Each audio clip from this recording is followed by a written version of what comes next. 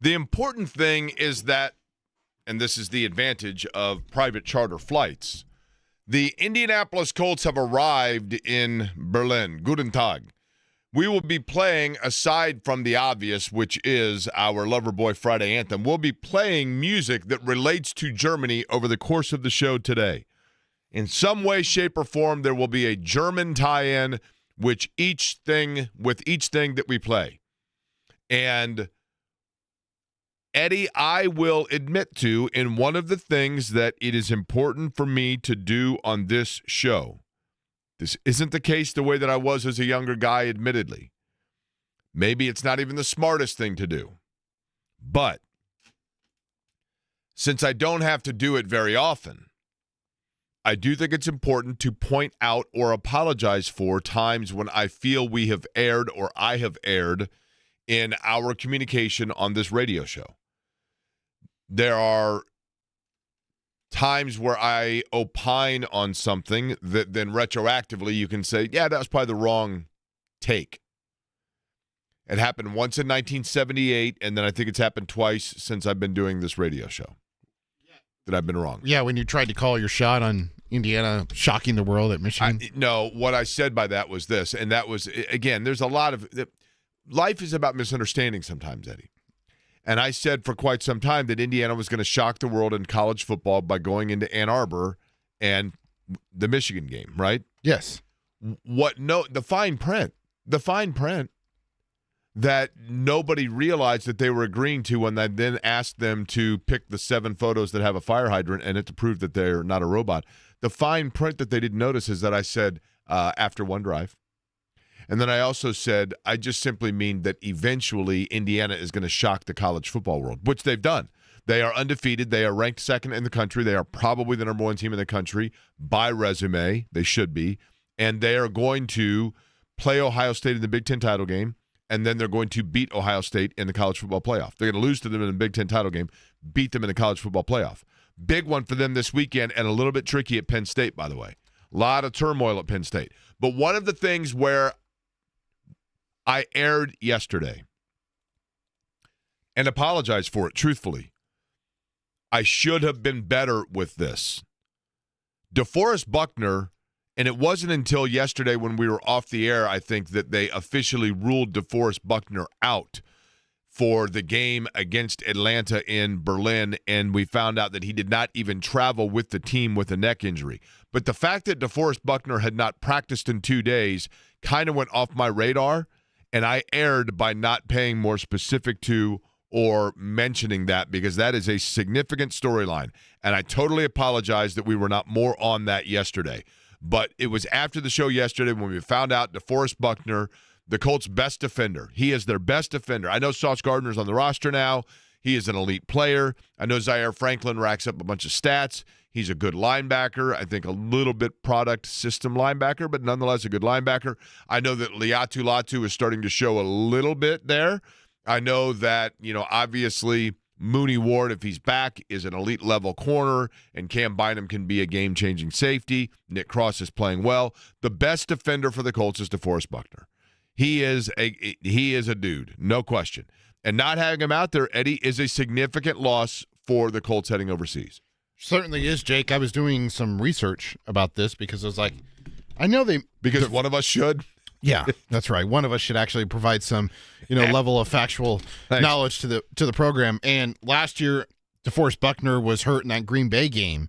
He left that game on a cart, and then he missed the following 6 games. I was like, well, how did opposing running backs do against the Colts defense? And outside of, 2 games, one they faced Chicago, and the Colts got up big in that one, so the Bears were playing from behind and throwing a ton, and Pittsburgh Steelers were just dreadful last year. The last 3 games without Buckner was against Jacksonville. Running backs averaged nearly 6 yards per carry on 20 attempts. Tennessee, 5.2 per carry, and Miami, 5.2 per carry. And that was a Miami team without Tua Tagovailoa, so it was Snoop Huntley and Tim Boyle as the quarterback. So next up, Bijan Robinson. I will say, though, Atlanta's missing 2 of their starting guards. So how does that all, shake out on Sunday morning? Well, you saw, with the Chargers, for example, that Colts, if you go into a game against Indianapolis where you're like, I think the Chargers are decent, but their line is just decimated, right? That is such an important part of what a team wants to do, is getting that protection. Indianapolis has done. The Colts have had great protection for Daniel Jones all year, and then in Pittsburgh it went away, and you saw what that meant, right? Problems. Pacers in action tomorrow night there in Denver, correct? That is accurate. 9 o'clock tip, 8:30 pregame on the Fan. Now, have you been to Denver? Jake, come on now. You know this answer. You went out to see the Rockies play, is that right? Well, Olivia's dad lives out in Denver, so we went out there to visit, and while we were out there, we did go to Coors Field to watch the Rockies and the Giants, and there was a no-hitter through 7 innings in which the Giants were being no-hit despite leading 1-0. Really? Yeah. You know, ever since it's all become legal in Colorado, it's difficult to find anybody that goes a day with no hits, right? Yeah, that's right. Now, did you bring back any candy from Colorado? Cannot confirm nor deny, Jake. Okay. I don't want the authorities knocking on my door. I have always wondered this, and there's a reason I bring it up with the Colts in Germany, okay? The Pacers getting ready to play the Nuggets tomorrow night in Denver. Now, I would assume that means the Pacers fly in win. Now, they were, they're off, right? But on a normal night. That's a good question. Typically today. I would think today. But I'm not sure if they wanted to practice out there since it's mile high, Now, and the altitude. At the University of Wyoming, they have the altitude on the floor, on the basketball floor. I mean, everywhere that you turn around, it lists the altitude because they want that psychological advantage, if you will. Yeah, and the Rockies at Coors Field, if you've been there, but if you ever attend, if you're listening and you're there, like there's a line of purple seats. That's to signal that a mile above sea level. Yeah. So it is true. I think part of it's psychological. But when you go to Denver, I noticed when we went out for the McCartney show, we got up and went for a walk the day after I got there, and I mean, you're not like dog tired, but you have to stop every once in a while and just kind of catch your breath because the altitude and the oxygen, everybody knows that. The same thing. So you get, when you go into a Denver, I've always wondered, last night, that game in Denver, it was just awful, right? I mean, it was just awful. I wonder how many of them went shopping the night before. I mean, you would want to go, if you went to that game, you'd want to go shopping after. But back in the day when Denver and John Elway and the Broncos were really rocking and rolling, and they were such a great fourth quarter team, I've always wondered, we'll never know the answer to this, but I've always wondered how often some of those John Elway, who was a fabulous, fantastic player, I personally believe, dare I say it, in Indianapolis, I think John Elway might be the greatest quarterback of all time in terms of overall skill set. But John Elway in his fourth quarter wins, I've always wondered how often that came as a result of the people could exert 90% their physical exertion in Denver before their body had totally acclimated, and thus the opponent wears down a half a tick more so than does Denver late in games. And how will that affect the Pacers, for example, who already are shorthanded tomorrow night? The reason I say all of that is because of this. As someone who, and yes, it is completely, I'm very fortunate, and I know it, to be able to say that I've traveled overseas now. I had never done so until, well, gosh, I think in the time that I've done this radio show. Eddie Garrison with the breaking news breaking in. Go ahead, Eddie. We were just talking about DeForest Buckner and him missing this week's game. He's going to be missing more than just one. The Colts have placed him on injured reserve, and he'll be out the next 4 games. So the 4-game injured reserve. I wondered about that because a neck injury is no joke, right? Now, allow me to ask this for clarity, even though I'm pretty sure I know the answer. He's missed 1 game or 2. He hasn't missed. That's right. Okay, he hasn't missed a game yet. So because they placed him on there. Mm-hmm. I was thinking practices. He's missed 2 practices because they placed him on there. This will be the first of those 4 games, correct? Yes, he will have to miss Sunday in Atlanta, and then that's the first of the 4 games. Bye week does not count, right? And then Kansas City, Houston, and Jacksonville. The earliest he can return is Sunday, December 14th at Seattle. So this is big this is going to be more opportunity, obviously, and you want to see an elevation of the game of Liatu Latu, Kwity Paye as well. Tyquan Lewis. There are a lot that will have to pick up the slack. DeForest Buckner, an integral centerpiece of the Colts defense. Now, it goes to what I was talking about in this. DeForest Buckner did not make the trip to Berlin. The Colts are in Berlin. They were up and at it early this morning by our standards after a transatlantic overnight flight. The reason I say all of that is because I have been very lucky. Nobody cares about that, but just for the sake of the illustration here, on a handful of occasions to have been able to take vacations to Europe, okay? Now, I'm in my late 40s to early 50s in that discussion and not my mid-20s in the prime athletic peak of my life.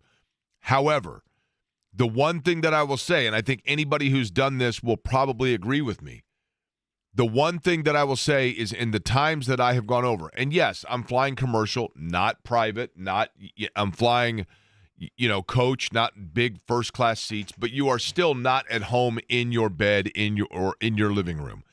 And I have gone over on numerous occasions where the one thing that was completely unpredictable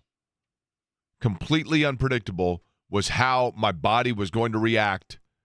I had some trips where I've gone over, and the first day, boom, I slept on the plane. I got up when we landed and was ready to go and never felt jet lag. When I just went for the concerts, my cousin and I slept on the plane, and we were basically, I was tired by the end of day one, but I immediately acclimated. There have been other trips where the entire time I was over there, I was completely dragging because my body just never caught up.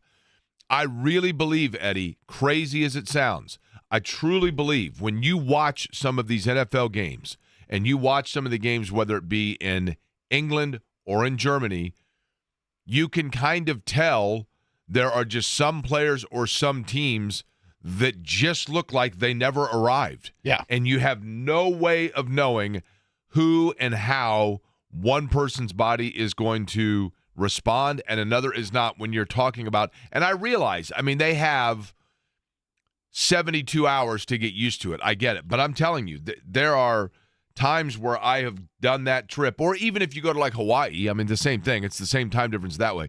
There are times where when you take a trip like that, it may be 3 days. Literally you come back and you're like, I'm just jet lagged, man. I just cannot, my body cannot get used to this. There is literally no way of knowing it. It's almost impossible to know and recognize. So that's one of the things that, having nothing to do with the X's and O's, figuring out how to stop Michael Penix, figuring out, Robinson in the way that they use him, whether or not Daniel Jones is playing at the same level that he was, and you take the Pittsburgh game and throw it out, and that's the anomaly, and let's see a really good drive so that we know that was, okay, take a deep breath, that was the anomaly. We don't have to worry about that. They are able to protect him. He's able to stay in rhythm, etc. There are so many curveballs and variations to all of that we're going to look for. But then you also wonder, like, what happens if you just have two guys on the line that are a step slow? It's one of the weird things about it. And then the other thing, of course, being, what time will everybody in Indy get up on Sunday? Ooh, that's a great question. Game kicks off at what time? 9:30? 9:30. Are you pre-gaming? I have to do, it is my cousin's birthday. So I think, they're getting together to watch the game. Pre-gaming, I think there are people that are doing that, but. Is it mimosas? Do you pre-game with mimosas? Well, here's the thing. I have to go, and we have a partnership with the IHSAA for things that I have to do between 11 a.m. and 3 p.m. on Sunday. So I will be doing that at the IHSA. Now, I can't remember who it is on Regent Bryan on the Expos Twitter. He goes bonkers if I'm not locked in watching and handcuffed to a chair to watch every game as it happens live. Doesn't seem to know that you can go back and watch games after the fact. So the first hour or so of the game I'll be able to see, but I'm not going to be able to do any pregame because I have to go and I'm going to be around high school kids for 4 hours. So probably would not be a good idea. Did you see that the soccer Saint mascot? Did you see this? No. This week over in, I think it was this week, It's the greatest sports video of the year. You will not see better. There's a soccer club over in England, and I think it's it might even be somewhere in the UK. It could be in Ireland, but I think it was England. And they're the Saints, and they have their mascot is a big, cute-looking saint fella, and he had he pregame too hard, had a few too many mimosas. Really? And he comes out. Now, it's hard enough alone to walk in those big shoes, right? He's got like the big saint, the feet dealio are big, oversized feet with sandals and whatever else. And that's hard enough to walk in that. But this fella is walking, I would say, slow motion. I would say he's walking in slow motion and is really struggling. And believe me, the kid's terrified. It was like when Buddy's buddy had to come out and help Buddy in the Louisville Bats game. The kids were mortified over the fact that the police had to come out and help, I think, Stevie the Saint, they had to help him off the field. And then they had to find cuffs big enough for those big foam hands. Very awkward. Very awkward. But nonetheless, I don't want to look like that when I'm around the high school kids, so I don't know how much pregaming I'll do. What is your lineup or your expectation for Sunday in terms of Are you asking me when I'm going to get up to watch the game? Yes. I'll probably get up at 9 on the dot.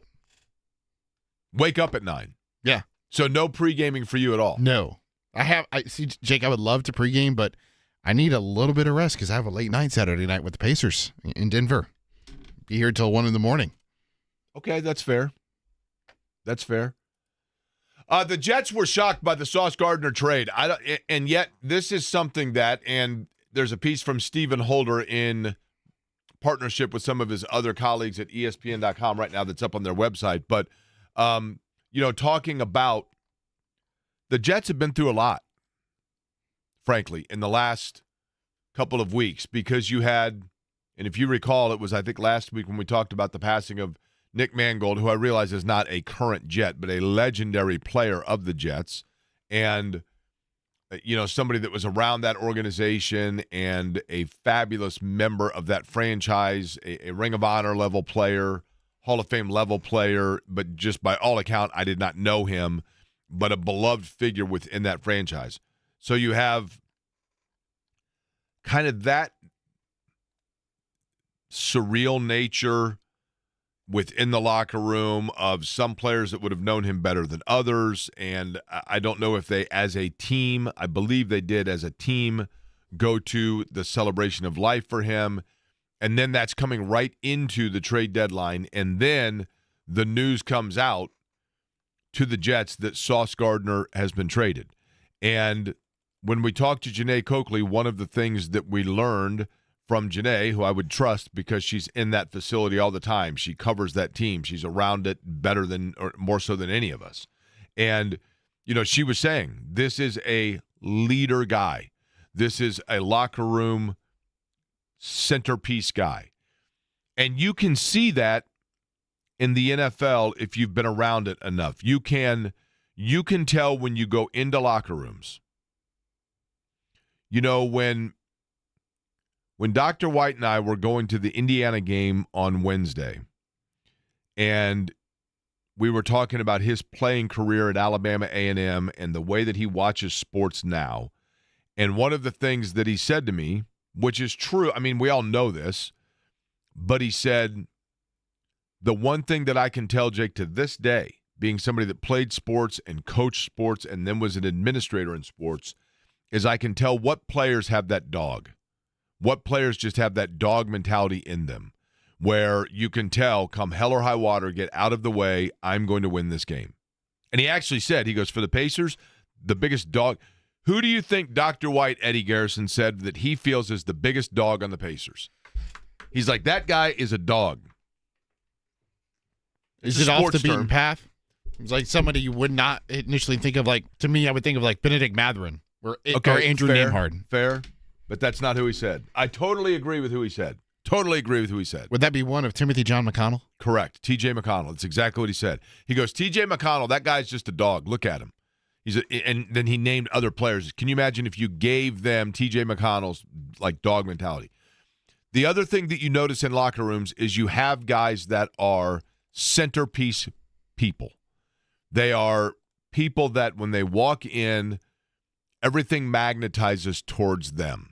They are the alpha in terms of their personality, their leadership, their demonstration. And for the Colts, that has been DeForest Buckner. For the Pacers, that has been Tyrese Halliburton. Mm-hmm. From the time that he walked in there, everyone, and it's not always because they are the best player. It has to do with personality and a number of different things. And according to Janae, and I would believe her, Sauce Gardner was, I'm not saying the only one, but he had the rare combination of both of those things within the Jets locker room. He has the dog in him where people know, like, this guy come hell or high water is going to win whatever battle he's in his mind. And then secondly, he has that personality that exudes that when he walks into the locker room, when he walks into the film room, that everyone stops to see what his mood is before they gravitate towards it because he's the natural leader. And that's at the age of 25 years old. See, Jake, I already knew this because that's me here. Like as soon as I get here and I get off the elevator, everyone's like, well, there's Eddie. Eddie, what's going on, man? We all stop. How you feeling? Yeah, exactly. They all gravitate to me. Reggie Wayne told me a story once, which I've repeated numerous times, about the time that he went to his first Pro Bowl. And he went to his first Pro Bowl, and Reggie Wayne, of course, being a player that played at the University of Miami, and so he's friends with Ed Reed.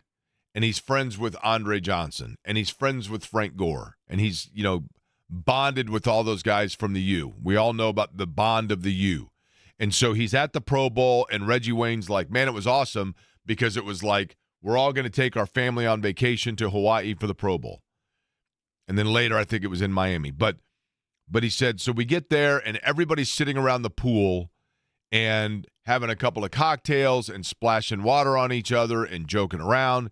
And he said, and I'll never forget, and he said, I was relatively naive to it because I was a younger player and because I didn't know any different for other franchises. And he said, but while we were at the pool, Peyton showed up, and he also was there, for the Pro Bowl. And he said, and I remember it because I was in my deck chair, and I'm looking out, watching guys in the pool horsing around, and all of a sudden, everyone just kind of stopped.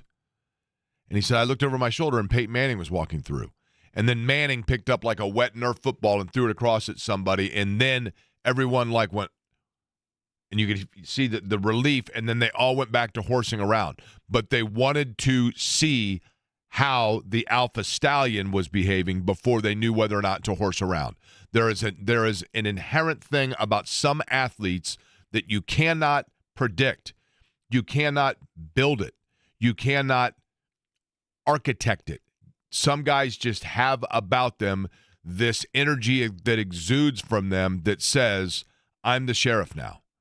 I'm the one that's in control. And you don't even necessarily – you can vote on it and say this guy's a captain, but there are certain – and sometimes we see a guy that's a team captain and we go, that guy? He can't play dead. But you don't know the element of how it is in that locker room of who has that alpha, that dog, that leadership, and that magnetism about them. And it's the rare athlete that has the combination of the natural alpha competitive nature and the natural leadership magnetism nature. Sometimes they one feeds into the other. And while we don't know it, it would appear as though from this column, for example, that Stephen Holder has on ESPN.com, that Sauce Gardner is a guy that has both of those things. And now you wonder, there's no reason to believe that does not, because we have seen this before. Dare I say the name Andrew Bynum? We've seen before where you try to then airdrop that and transfer that natural leadership from one franchise to the next, and it just doesn't really stick because it's like, hey, man, like you're the new kid here. In no way, shape, or form does that, I think, have potential here, because I think the Colts locker room immediately sees what the Jets locker room feels is leaving. And that is the fact that the Jets knew that even as a younger player that Sauce Gardner was that leader for them. And that's why there was like shock and awe that ran through their locker room when they heard that Sauce Gardner had been traded. And it also sent a message to the rest of the Jets like, whoa, wait a minute. If Sauce ain't safe, nobody's safe. So He's on his way to Indianapolis. Then you wonder from the Colts standpoint, okay, how does the Colts locker room receive him? And I think there's a very, very easy telling answer on that I will give you on the other side. And I want to tell you about something very special that took place last night that was very cool, not just for this radio station, but for all of us in Indianapolis. I'll get to that next as well. Query Company here, a German Guten Tag Friday on the Fan.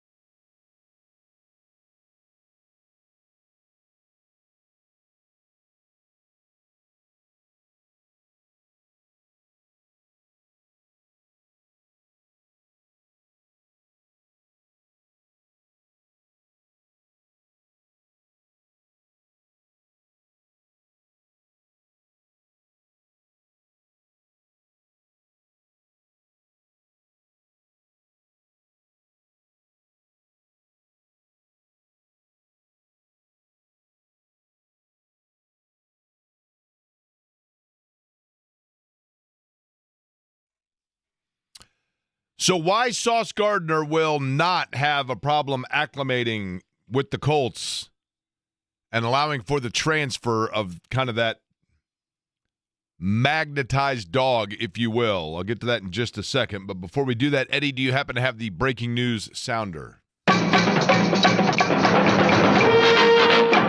Already a busy day with the breaking news because DeForest Buckner, if you're just joining us on the program. Where have you been? Thank you. DeForest Buckner has been placed on the 4-game IR for the Colts with the neck injury that has kept him out of practice this week. He did not make the trip to Germany. We also know that the next game, this game is on what network?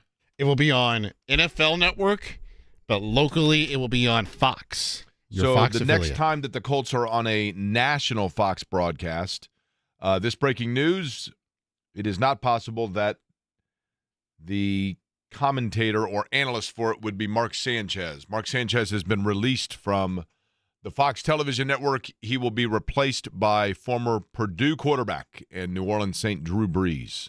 Former San Diego Charger, too, I guess, for that matter.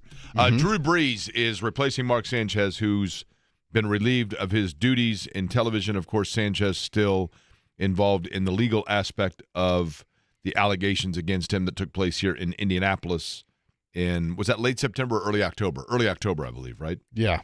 Was when I was doing the Wiener Dog races. So that would have been during Oktoberfest. Mm-hmm. And not a big surprise on Mark Sanchez, obviously, but that word officially today from Fox. I think that the Colts, when you look at their defense and you look at DeForest Buckner, notably, and he's the leader. There's no doubt that DeForest Buckner is the leader of this defense. Zaire Franklin. Zaire Franklin is an on-field leader. I think at times, with the podcast and other such things, there were times where he got a little bit,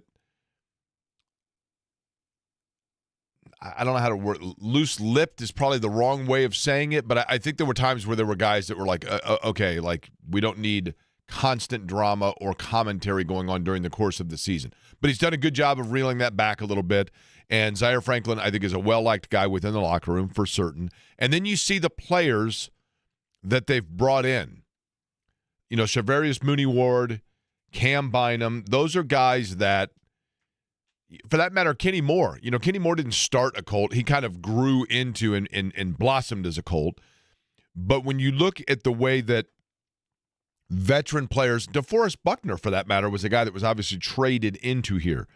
When you look at veteran players that have come here and been able to root themselves, even though Sauce Gardner is a younger player, there oftentimes, as I've talked about, can be a natural resentment that takes place of, look, we've been in here working hard, toiling every day, and you think you're just going to waltz in here and, take over? And I think you can get that within locker rooms. I think we've seen within teams in this town that happening at times where you airdrop in or you make a trade for or you jettison out a player. Jettison out's the wrong word, but you trade out a player and you underestimate how much it meant for the chemistry of the team when you suddenly interrupted the flow and the cohesiveness of a locker room. Boy, I think I know what team you're talking about. Go ahead. It's got to be the Pacers from when they traded Danny Granger and they brought in Evan Turner and Andrew Bynum. So I said the Andrew Bynum thing for sure. Evan Turner that's a prime example. Nothing against Evan Turner, wonderful player, right? I mean, a good talent. But when he came here, and you remember when they acquired, and if I'm not mistaken with Andrew Bynum, that was a free agency signing, if I'm not mistaken. I think you're right. It was between the Pacers and I want to say Miami as to who was going to get Andrew Bynum. And I remember when the Pacers closed that deal, Shaq and the NBA on TNT saying, it's done. It's over. Indiana's going to win the whole thing. I mean, this is the final piece. It was thought to be, holy cow, this is the deal. And there have been plenty of players that we've seen, defensive backs, that they were thought because of, Darrelle Revis Island, where's he going to end up? Asante Samuel, where's he going to end up? There have been guys in the past that when they were late in their careers, and some of those guys find a fountain of youth. Charles Woodson seemingly could play forever. Champ Bailey seemingly could play forever. Stephon Gilmore, And obviously he came here and the Colts decided, you know what, let's give him another shot elsewhere and give him a chance to be competitive. But the point being, I think that Sauce Gardner being a younger player and a player that was clearly a locker room glue guy in New York, from what we can tell, I think that does hold for him. I don't think that irritates the Colts because I think they have maturity in that locker room, in a DeForest Buckner, in a Cam Bynum, in a Zaire Franklin. Those are mature guys that have been around a little bit that are able to say, when you look at what this guy is able to bring to us and the quality of player that he is, we don't know him as a person yet, but the quality of a player that he is, then we are welcoming him because we know what he's going to bring to this team. And two other things to keep in mind here. Yes, I know A.D. Mitchell was involved in this trade, but A.D. Mitchell had already fallen down on the depth chart. I do think he was liked as a teammate. I don't know that, but it seems that way. But because they're not the same position, it's not like you have some sort of a spite of or hostility towards, hey, look at the guy. They're going to bring in this guy and just automatically replace our guy.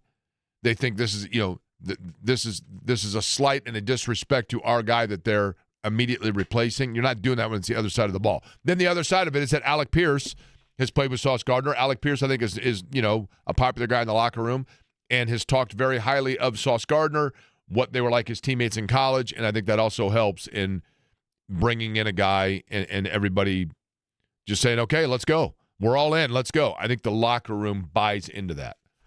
Speaking of becoming a new teammate and being airdropped into a situation where you've got to be in the clutch, so to speak. Last night, it was a cool evening at the Ritz Charles up in Carmel. I want to thank the Live Like Lou Foundation for having me out along with members of this radio station and Radio 1, but having us out for the Live Like Lou Foundation trivia night to raise funding and awareness when it comes to ALS. And ALS, of course, Lou Gehrig's disease. And I don't need to go into the medical diagnosis of ALS. I think most people are familiar with it and the journey and the terrifying journey that one can go into that has ALS when they find out that they are diagnosed with ALS.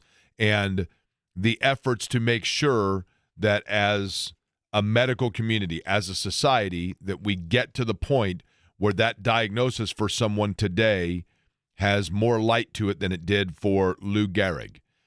And it is still an ongoing effort in that regard. But there are 30,000 people, I learned yesterday, 30,000 Americans at any time that are living with ALS. And up to 5,000 people each year can be diagnosed with ALS. And what I saw last night, two things. Number one, I saw people there that were, patients that have ALS. I saw families that were there in support of those individuals. I saw people who have lost a loved one to ALS that have taken up this cause and worked hard for it. And what I saw was a community coming together to uplift and to show the strength and spirit that is so necessary and so critical when it comes to lifting up those that are going through that journey and not focusing on the negative side of the journey, but rather focusing on the positive, the belief, the camaraderie, and the strength. And I loved seeing that. I loved seeing the commitment from the Live Like Lou Foundation and those that were working for it. And while I did a round of questions, round number 2 were questions that I came up with about the city of Indianapolis. Everybody had fun with that, at least I hope. And most people did really well in terms of answering those questions. But for one of the rounds, I had all the answers to it because they were sports questions and they gave me the answers. So they auctioned off for me to join a team for round 6 for the sports questions for a team that felt like they needed to get all of the questions correct because they were in contention to win the trivia night. And, of course, we're all competitors. Table number 15, by the way, which called themselves the Smarty Pints of Carmel. Just a group of friends that get together and, once, twice a week, twice a month, whatever it may be, just get together as a social group led by who you could always tell, and I just talked about magnetism, and I talked about locker room people. Nabi Singh is exactly that. I didn't know Nabi, but I could tell that she was the epicenter glue of her team last night, and that's the table that had me come and join them. And Nabi Singh, who owns the Quick Lube at 86th and Michigan, as well as in Noblesville, and could not be a nicer gal. She was fun. She was wonderful. She was welcoming. And Nabi lost her husband 10 years ago to ALS. And I could just see it. I could see the strength that she has. She was telling me about when her son was 9 years old and helping out his father during his father's ALS journey. And her son, I believe Jeremy was his name, was there as well.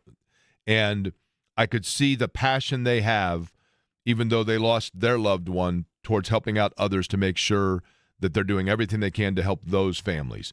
So Indy Singh, her husband, in his honor, there's a scholarship at Noblesville High School in his name. We did the very best we could last night for the Smarty Pints of Carmel and for that team to help them out. And I stuck around not just for the sports questions, but then later they had a round of questions that were all about U.S. vice presidents, which is like the one thing that, oddly, I know a lot about. So I was kind of a ringer for him, which was great. But I want to thank Nabi. I want to let everybody know how wonderful she was and the loving spirit of her husband that continues as well, Indy Singh, and the scholarship for him at Noblesville High School. And I'm sure he's watching over, but he's got to be darn proud of the way that his wife and family continue to carry on his legacy towards helping out others, and that's what it's all about. And that's why I was happy last night and honored to be a part of the fundraising efforts for the Live Like Lou Foundation. Purdue in action as well. Brian Newbert going to join us about 18 minutes from now. When we come back, I had a question about the NFL that I thought about during that putrid game between the Raiders and the Broncos. And I'm going to ask Eddie that question and you folks as well, because some of you chimed in last night, and I thought that's kind of the answer I was expecting. But I'll give you the question next.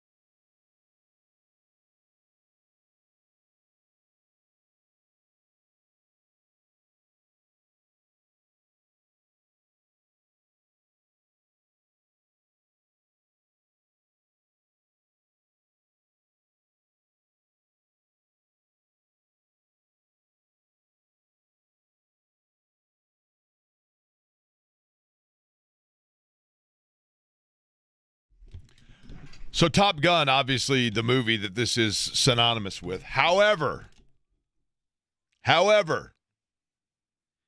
if you are of my age demographic, when you hear this song, Take My Breath Away by Berlin,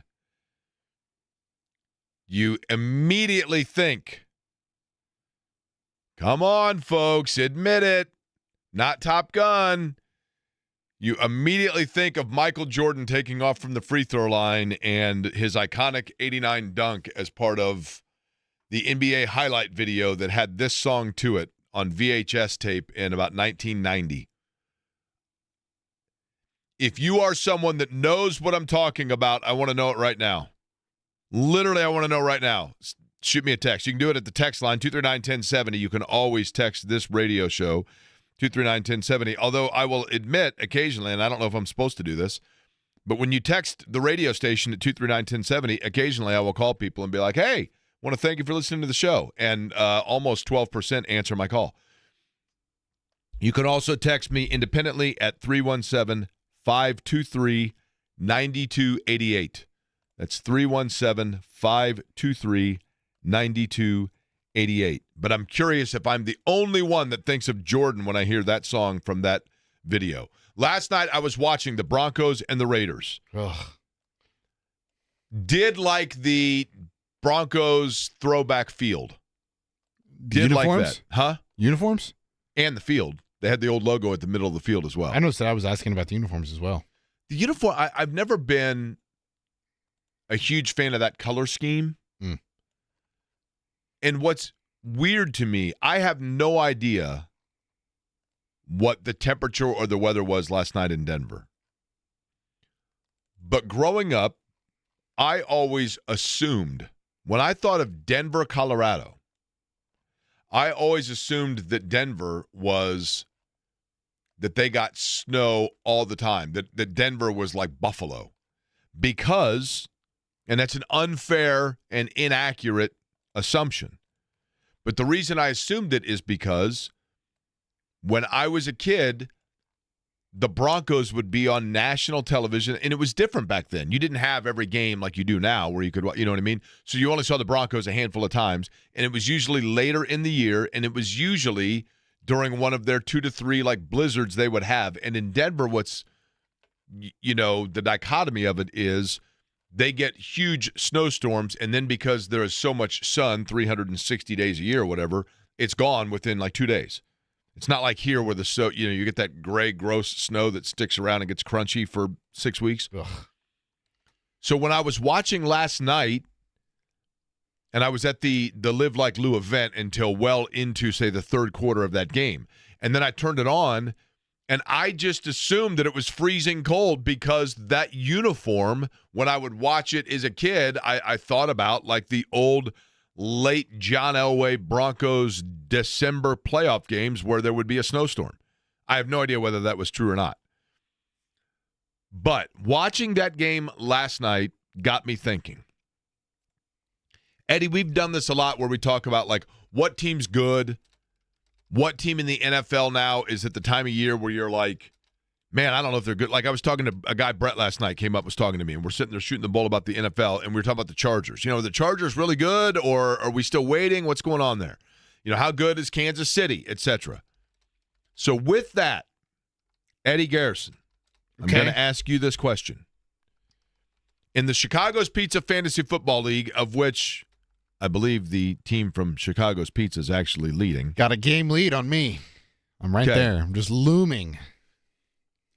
When you think about your fantasy football roster, and most people listening to my voice have a fantasy football roster. Nobody cares about your fantasy team but you, but when you think about your roster on your fantasy team, when you think about just your scrolling social media on Sunday and it's like, holy cow, amazing play, amazing catch from, you know, this player, or the breakout star this Sunday was this quarterback that just threw for 375 yards and 4 touchdowns and had a perfect passer rating. Or then you turn on the Sunday night football game when there's a doubleheader of Sunday night football and you're like, oh yeah, there's a West Coast game between, you know, San Francisco and Seattle. You factor all of those things in. Thursday night football. You go home and you're watching one of the national television shows and they're going over the NFL and they're breaking everything down and all of it. And then you go and you get something to eat and you walk and there's a guy across the way and he's wearing a Cowboys hat, whatever it might be. When you factor all of those things in, I want you to tell me the team, Eddie, so far in the 2025 NFL season that you're like, you know what?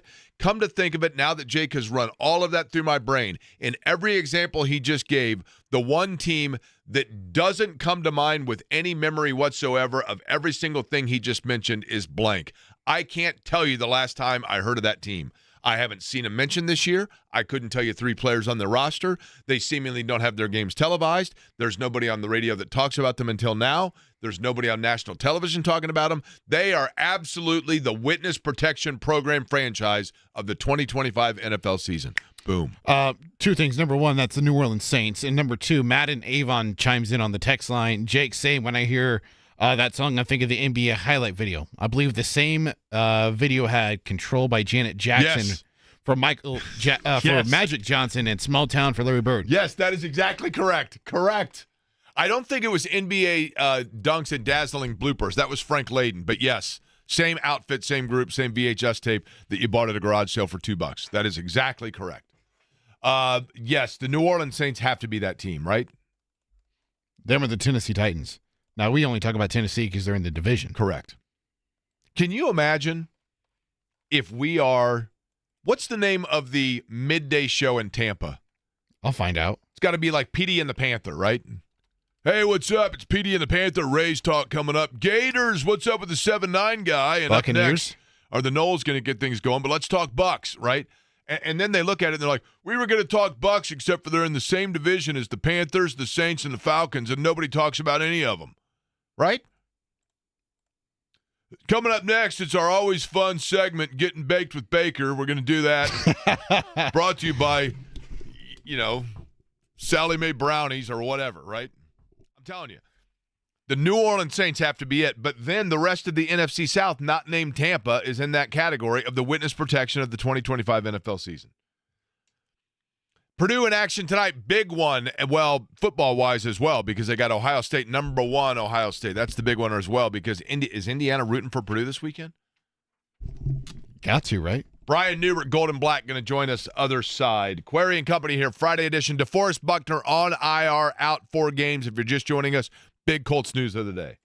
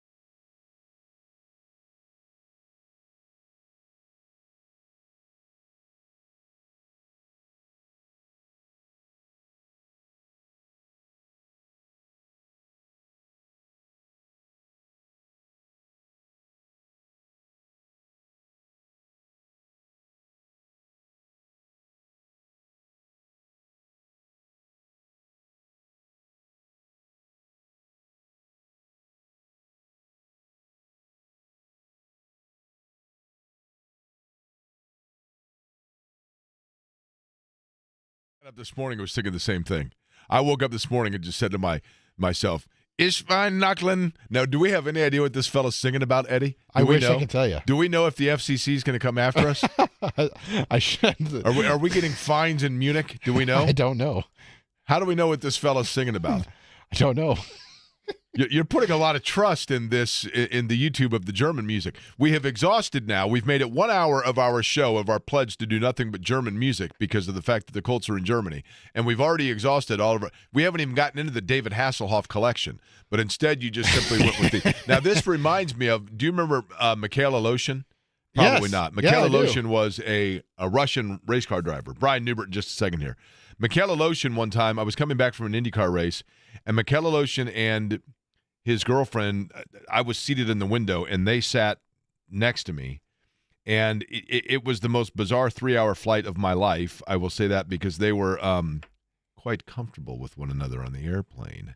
And I was just simply like the wallflower, awkwardly sitting. I looked like Jenny's roommate in Forrest Gump. But I digress. So I said to Mikhail Aloshin at some point in the flight when, there was a chance to say something, I handed him my phone and I go, hey, do you want to put in like what's popular music in Russia?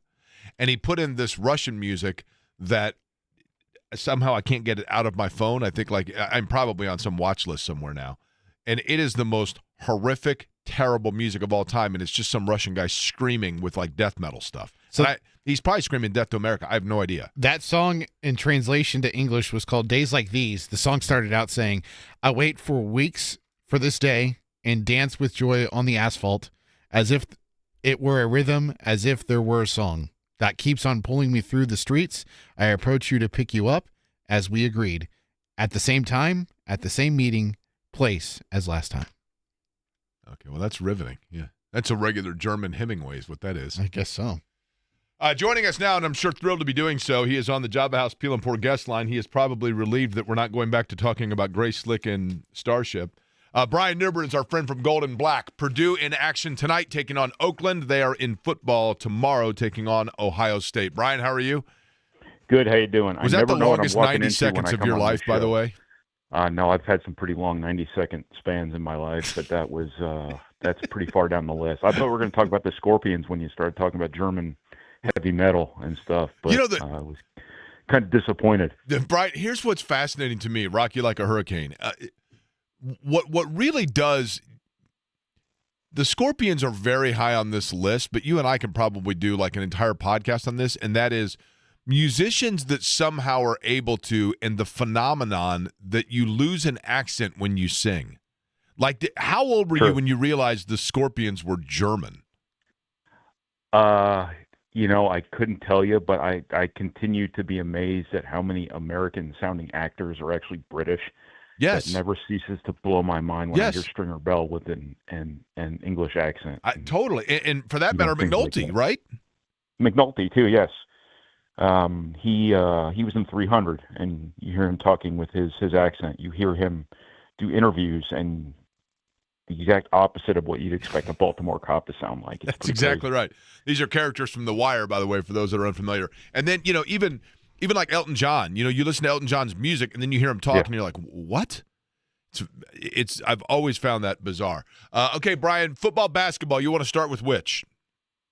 Well, basketball, it starts in a couple hours. So sequentially, why don't we do basketball? All right, we'll do that. So, it's Purdue has obviously challenged themselves right out of the box because we talked about it with you, the fact that the Kentucky exhibition, you can't look at that. You kind of throw that out the window.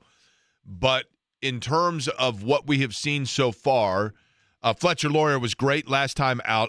I thought actually they've got pretty good play out of a few new faces that we did not anticipate. But when you look at it, and maybe it's too early, when you look at this game with Oakland, will Matt Painter utilize this as an opportunity to go deep into the bench once again and see what combinations are working, or are we already at the point of, no, this is who we are, this is what we're going to perfect, and let's go, and it's going to be a shorter rotation?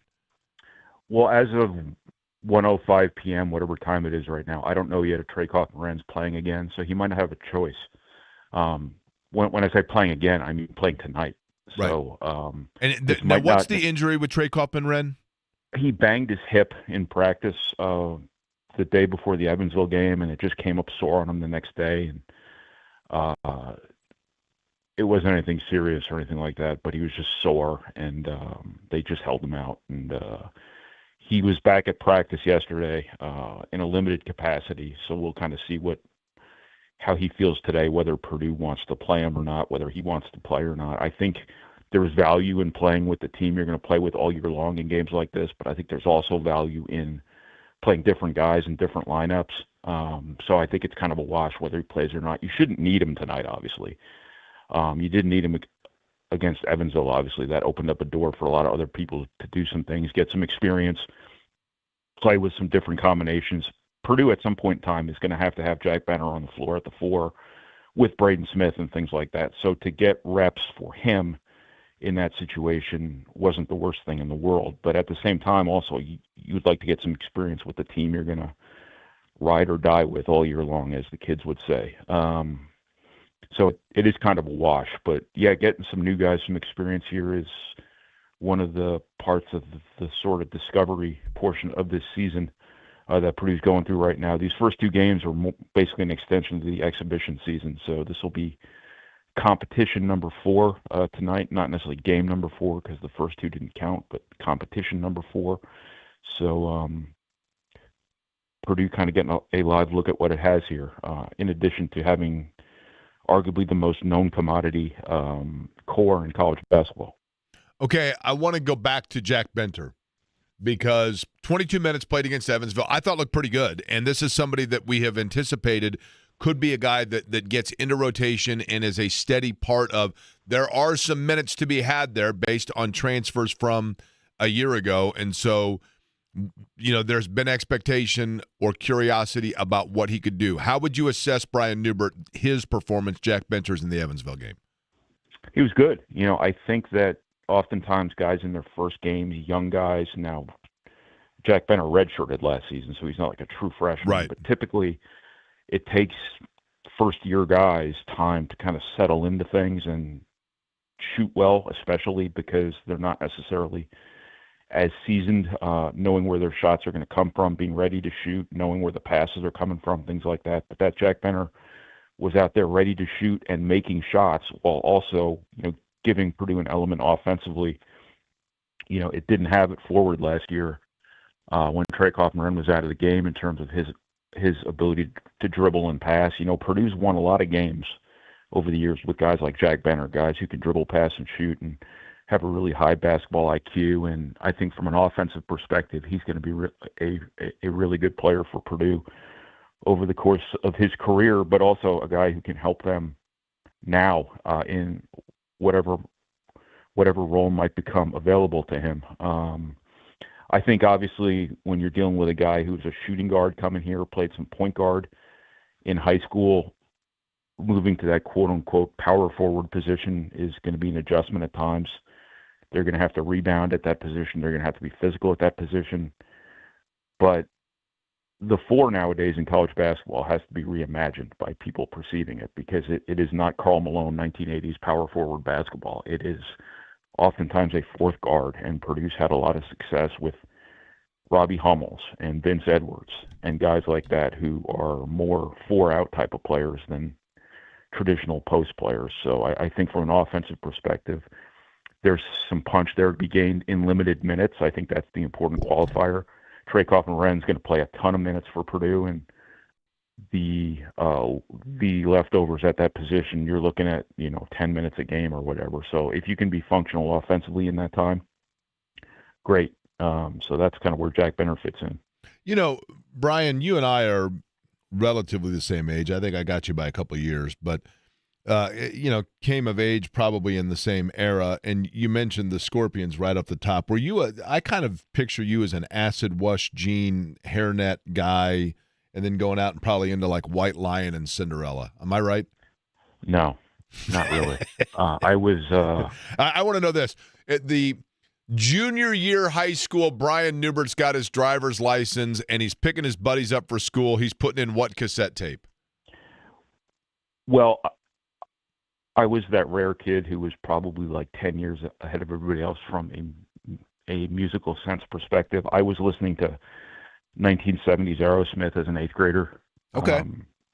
Things like that. My first CD, I think, that I purchased was Empire by Queensryche.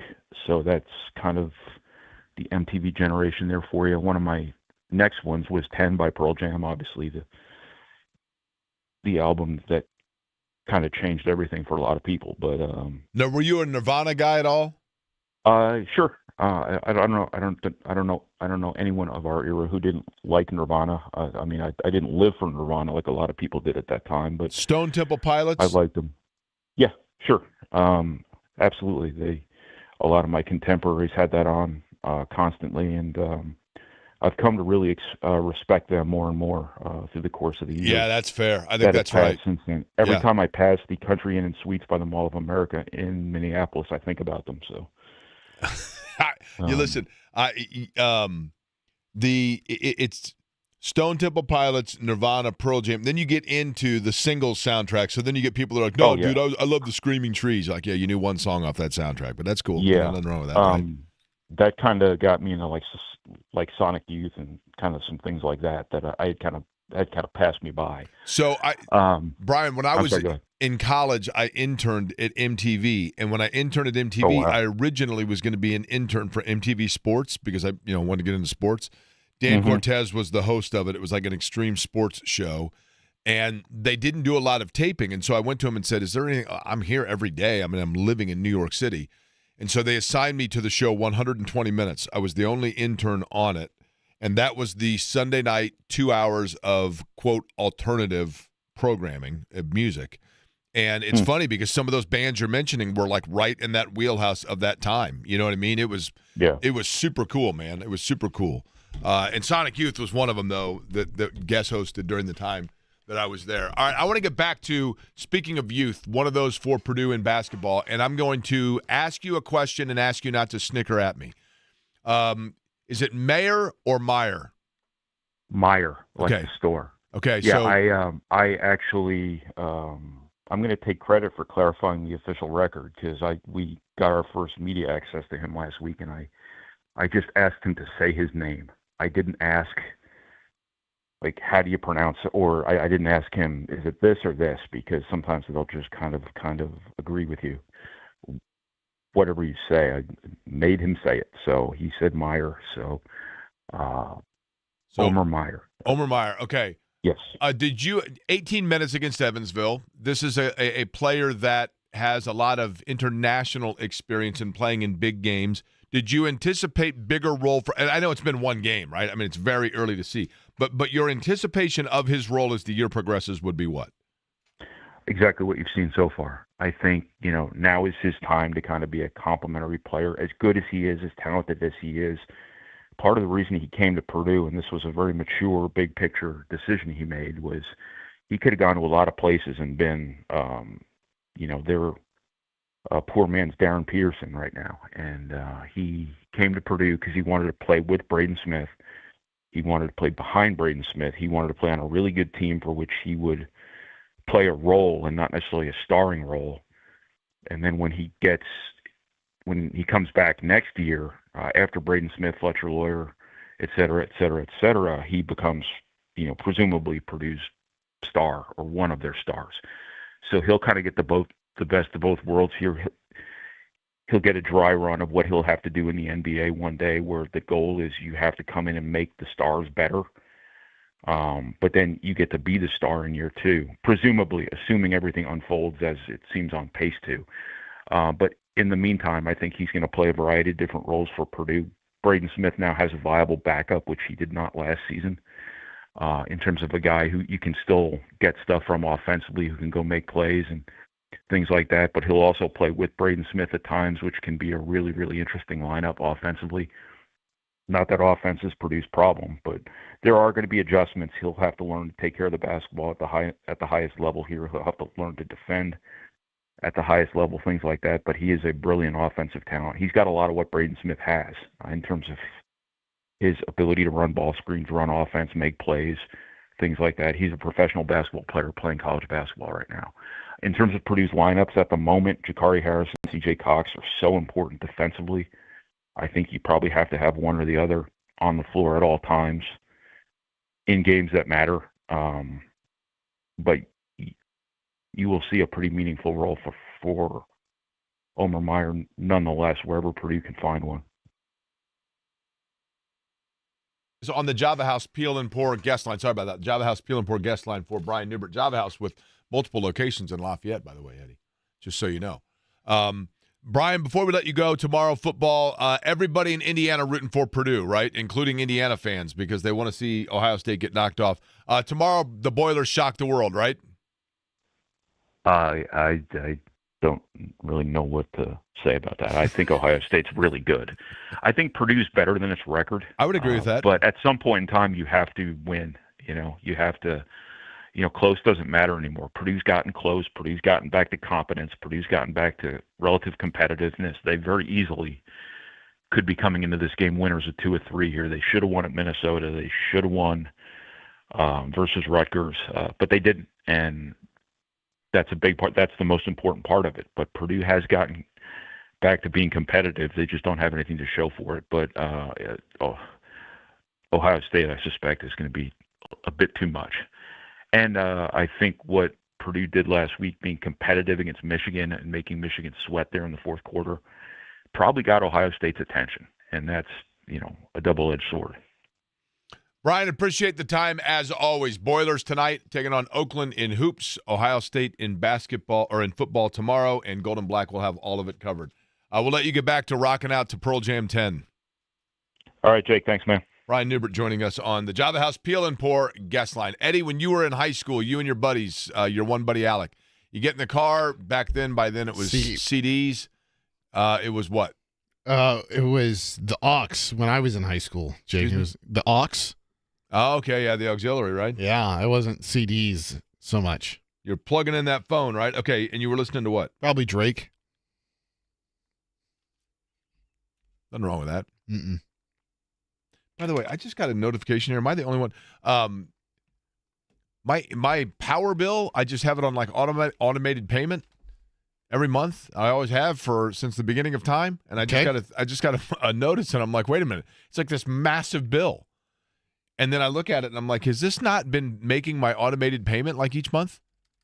Maybe my card number changed, and I forgot to tell anybody. Have you had any sitters lately for Boo? Have you been missing time on the weekend? Have you had any Boo sitters as of late? Yeah, but I can't imagine that those folks. There's got to be a mistake here. Like, not to bore everybody with the intimate details of my billing cycle, but I'm like, all of a sudden I have 1 month. It's like, whoa, wait a minute, where did this come from? Literally 6 times, and I'm probably opening up some sort of political can of worms. This has to be a mistake, because if you look at the amount of energy I use every month for like a 5-year period, and then all of a sudden this month it is 6 times the amount of that's ever been used over a month period. I know it's not because you've been prepping more for the show by any stretch of the imagination. I don't know what's going on here. Am I leaving something on that I'm unaware of? I don't know, Jake. Do you think the cat is doing it? Is Boo running all kinds of stuff while I'm gone? He knows you're about to leave him, so he's like, take this, guy. I mean, that's right. The boss is away, the cat shall play, right? I guess, right? I mean, what in the world? You've been throwing a lot of cat parties. DeForest Buckner is on the IR. The Colts announcing that earlier today. He had missed 2 practices this week. I had mentioned off the top of the show, and I apologize for it. We kind of erred in getting to that information in the fact that DeForest Buckner with the neck injury.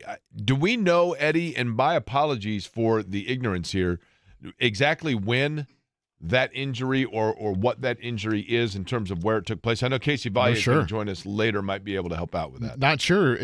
Following the game last week against Pittsburgh, there wasn't any mention of DeForest Buckner being hurt of an injury. I don't think Shane Steichen said on Monday, sometimes you hear about players, the next day, like, hey, he's, dealing with a hamstring injury or a calf injury or whatever. There was no mention of DeForest Buckner on Monday during Shane Steichen's media availability with a neck injury. So not entirely sure when he sustained said injury. Okay. So that means it is more important now. The play of, for example, Tyquan Lewis, Kwity Paye, Liatu Latu. And for that matter, maybe it's even that much more important that you get the play of Sauce Gardner now. And you have that acclimation period that does take place. But what did we talk about when Sauce Gardner was acquired earlier this week? And it's not to say that they didn't have adequate corner play, but they were very limited by attrition within their defensive backfield. Assuming Sauce Gardner, and maybe it doesn't take place this week, maybe it takes a couple of weeks, but assuming that Sauce Gardner is able to play at the level that we anticipate, then what you have there is you can get coverage sacks. And if you don't have DeForest Buckner that is giving you edge pressure, then you have the luxury of the fact that you have corners that are going to be able to be back there to limit the way things are going. By the way, I smell cigar smoke. Do you smell cigar smoke? I smell a bakery. Really? Wait a second. You told me you were cookies. Those are donuts. Okay, I'll go somewhere else then. Eddie White do you have your own? Well, you do have your own card to the building because you do the world's greatest postgame show, I'm aware. And so you just made your arrival here. Now this is for, you know what? I think actually, Eddie, do you have the breaking news sounder? Eddie has brought in donuts from the Indiana Boom. Obviously, this is for the anticipation that it would make us, or excuse me, the Noblesville Boom. I think we're going to the game tomorrow night. Going to the Noblesville Boom game. Awesome, man. Yeah, we're going to go. I literally just asked Shannon, I go, hey, do you want to go to the Boom game tomorrow night? Have you seen the building yet? No, and I know it's very similar to, and I realize they're probably rivals of one another, but I'm familiar with the Fishers Event Center. It's a very similar-looking venue, beautiful-looking facility, right? It's incredible, and I don't know how early you're going to go, but maybe next time you want to get up there earlier to come later. You got to see the locker room because your love of the state and the city and basketball, the locker room on the outside is this big quote from Bobby Slick Leonard. And it has his name on there, and you walk in there, and the locker room is the best G League locker room in the whole league. And they did a heck of a job with it. I love I shouldn't say anything. I should let you give your thoughts, but when you walk in the entry, it's almost like you're walking into like a concert hall or something. It's really a cool entry. And then one of the food areas is like named after Deer Creek. It's Deer Creek. It's like our old Deer Creek, that we still say we're going to concert of course. Deer Creek. And so they did a great job of tying in Noblesville and its history. And, of course, they debuted the new mascot the other day, Bobby the Bobcat, named after Slick. And I guess, did you know there's like some Noblesville lore that there was a bobcat who used to roam the little creeks and canals of Noblesville? Yeah. So they did a lot of research into what they're going to name it. And I guess bobcats are prevalent in Noblesville. And so they end up. So it's a great building, to answer your question, and it's going to be fun. So, and I get why they're called the Boom, obviously, for Boom Baby, right? I will tell you this. Now, my buddy Sean came up with this, so I'm not taking total credit for this, but it has a tie-in. Now, it's a moot point, and I'm not disputing or arguing with Boom.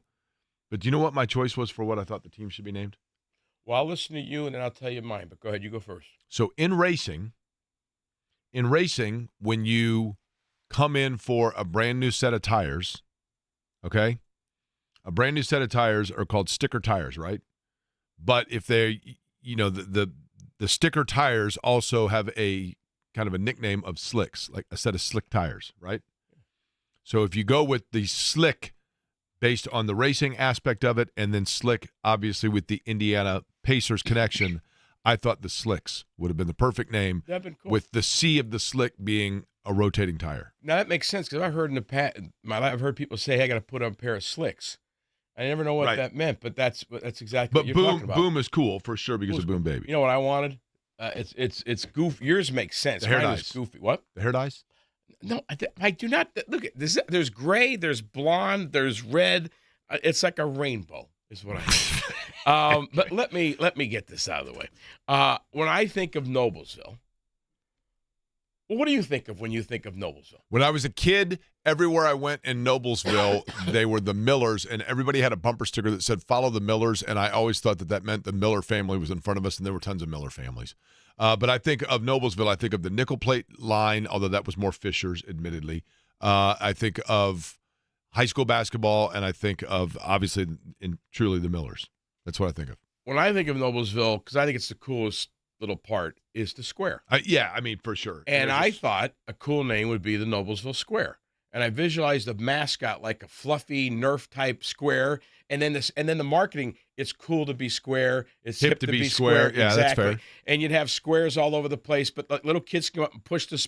Somebody's in a square Nerf thing, and kids could push it. And so I thought the Noblesville Square, and I think it would be safe to say there isn't a team in the history of sport ever named the Square. True. So I would have went Square. There's probably not one named the Boom anywhere, right? I don't think so. I mean, it's cool. But the Boom and Ryan Grant, the new president, and everybody at the Boom. Donuts from Fluff here, right? They open tonight in Grand Rapids, but the big thing is tomorrow night, 7 o'clock in Noblesville at the arena at Innovation Mile, and then afterwards a fireworks show outside. And so I'm sorry, Eddie, they're not cookies, but they're donuts. And how long before what's-his-face comes in, Purdue Boilermaker Pete comes in here, and he hears us talk about donuts, and he starts grabbing some? I don't think you have to be worried about him. I think you need to be worried about the people in the newsroom. Well, there's plenty. I mean, you guys are not – Jake's skinny. I mean, how do you stay in such great shape, by the way? Was it the heart attack? Huh? Because I got to lose 20. And What'd you say? Is it what? How do you stay in great shape? I run, but also, in all honesty, run. I have the luxury of being a finicky eater. Honestly, there's just there's like 5 things that I enjoy eating. Food has never been, you know what I mean? Yeah. I got to lose like 20, but I don't want to do the fake thing and, where you put the knee. Why is that any different than your hair? What? I guess I could cut my hair. I'd lose 10 pounds. But just saying. This is natural. It's shades of Darnell Hillman. Right. All right, I got to get out of here. Hey, it's so good to see you guys. God bless you, and enjoy the donuts. Pam Anderson of radio, Eddie White. So natural, right? Unbelievable. The crap that I get when I come in here. You are what the greatest question of all time. What does Shannon see in you? Actually, I ask myself that quite often. You've outkicked your coverage. Oh, I'm the first to admit it. Are you kidding Ray me? Guy, baby. This one's gone. Tomorrow night, Indiana Boom debut, 7 o'clock, right? Yep, 7 Season in debut. Noblesville. Yep. Up in Noblesville. All right, appreciate it, Eddie. You guys. Kyle Neddenrip is going to join us next.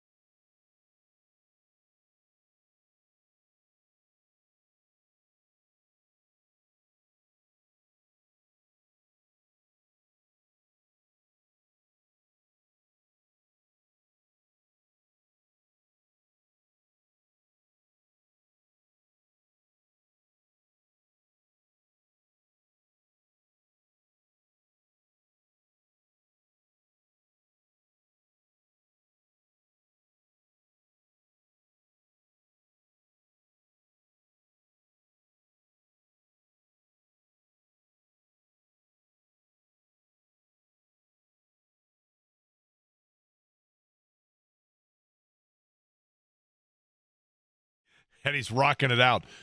German music all day in honor of the Colts being in Berlin. What do we got here? There you go, Du Hast. Okay. And this is who? Rammstein. Oh, it's one of my favorites. Nothing bangs like Rammstein. You know what I mean? I mean, you get yourself a, nice Pilsner. Just sit back, kick back, and relax. Get some Rammstein going. That's an evening. And then just wait. If you're really lucky, after a couple of Rammsteins songs, you get yourself fired up, a couple Pilsners, and then David Hasselhoff comes on the tube. I don't know, Jake. If I drink too much, I may... You'll be lost and clueless, is that right? Yeah. He joins us now on the Java House Peel and Pour guest line, and I'm sure thrilled to be doing so. Kyle Neddenrip from the Indianapolis Star, who, despite the fact that he has now been promoted and is at the editorial level of the Star, continues to subject himself to the low IQ of this program. Hi, Kyle. How are you? Doing well. Can I request the Scorpions, or am I too late on that? Brian Newbert beat you to the punch, I think, on that. I'm going to ask you the same question I asked Newbert. How old were you before you realized the Scorpions are actually German and not like from, Amarillo? The song I remember is Winds of Change, I think, when I was like a 13 or 14-year-old. It was on the radio all the time. Yeah, a little whistle on that, yep. Yeah, that's when I heard Casey Kasem maybe say they were from Germany. I'm assuming that's how I found out. That was just after Casey Kasem had to do a long-distance dedication about a dead dog and then got really angry. If you haven't heard the outtake, find it online. I have. Yeah, those are great. Yeah. Can we get him on the phone? Okay, let's get to this. High school football tonight, it is sectionals, and the big one. There's a big one that you're going to be at, and I think that's probably the biggest of the night, right? We're talking about New Pal, and they've got Cathedral, correct? He's not at Decatur Central, Lawrence Central. Come on now, Jake. That's big, that's too. That's a big one. That's a big one, too. There are a ton of great matchups tonight. I mean, the cool thing about sectional championship night is you have some rematches, you have some familiarity, a lot of, backyard, county rivalries, so that's kind of the fun part of this round. But I would say, yeah, from a statewide perspective and maybe a game that decides the state champion, New Pal Cathedral is about as good as it gets. And I can't wait to see what the atmosphere is like and, how this game turns out, and from talking to people this week, people who are in the coaching world or, people that I just talk to normally. I mean, I think there's some mixed opinions on how this game goes, which makes it fun. There's some, in this case, there's some unfamiliarity just because they don't play a lot of the same teams during the course of the year. Well, Cathedral does go out and Cathedral plays up a lot, right? Right. Yeah. So you can sort of throw their record out a little bit to a certain extent. So, but you can also, you don't want to say New Pal doesn't play. They just beat everybody. They beat Decatur Central handily earlier in the year. So obviously they have the talent and even though their schedule might not be as good as Cathedral's, that doesn't mean they're not as good of a team. So I think both things might be true in this case. So we'll see. It's going to be fascinating. I can't wait to be there and see it and see what happens. These are the type of games that make things fun every year to the games we've kind of anticipated for months are actually here now. So yeah, it's going to be a great game. You throwing a little jab back at me, throwing a jab back at you there, Kyle? You had to mention, Decatur losing to New Pal without Bo Polston? No, nothing personal. Okay. And Decatur's still playing, Eddie, so, it's all good. By the way, Westfield Carmel's pretty big, right? Yeah, that's another one where, these teams played earlier in the year. I was at that game. It was week 2 of the season, and at that point we didn't know yet how Carmel would how they would do in that sort of game, and they handled Westfield. That was a game. It was and Westfield did close in, and they made it a one-score game in the third quarter, and then Carmel kind of ran away from them. But yeah, I don't think it's going to be that type of game this time. That one was 34-10. I would anticipate Westfield playing them closer this time. And Westfield's kind of been the team on the north side of that 6A bracket for the last few years. They've kind of taken Carmel's spot.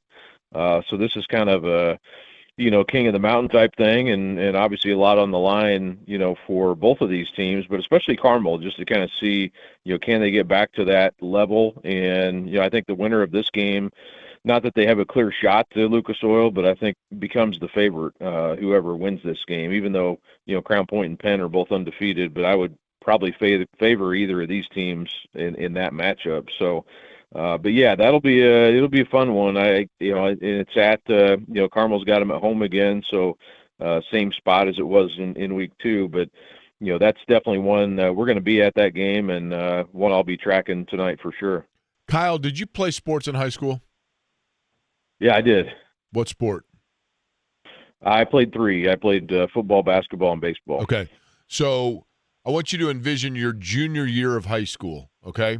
We've been doing this all day today. You're getting ready to go to, let's say, football practice, your junior year of high school. You're with your buddies. You get in the car. You're going to get fired up. Tell me the cassette tape or the CD you're putting in the dash.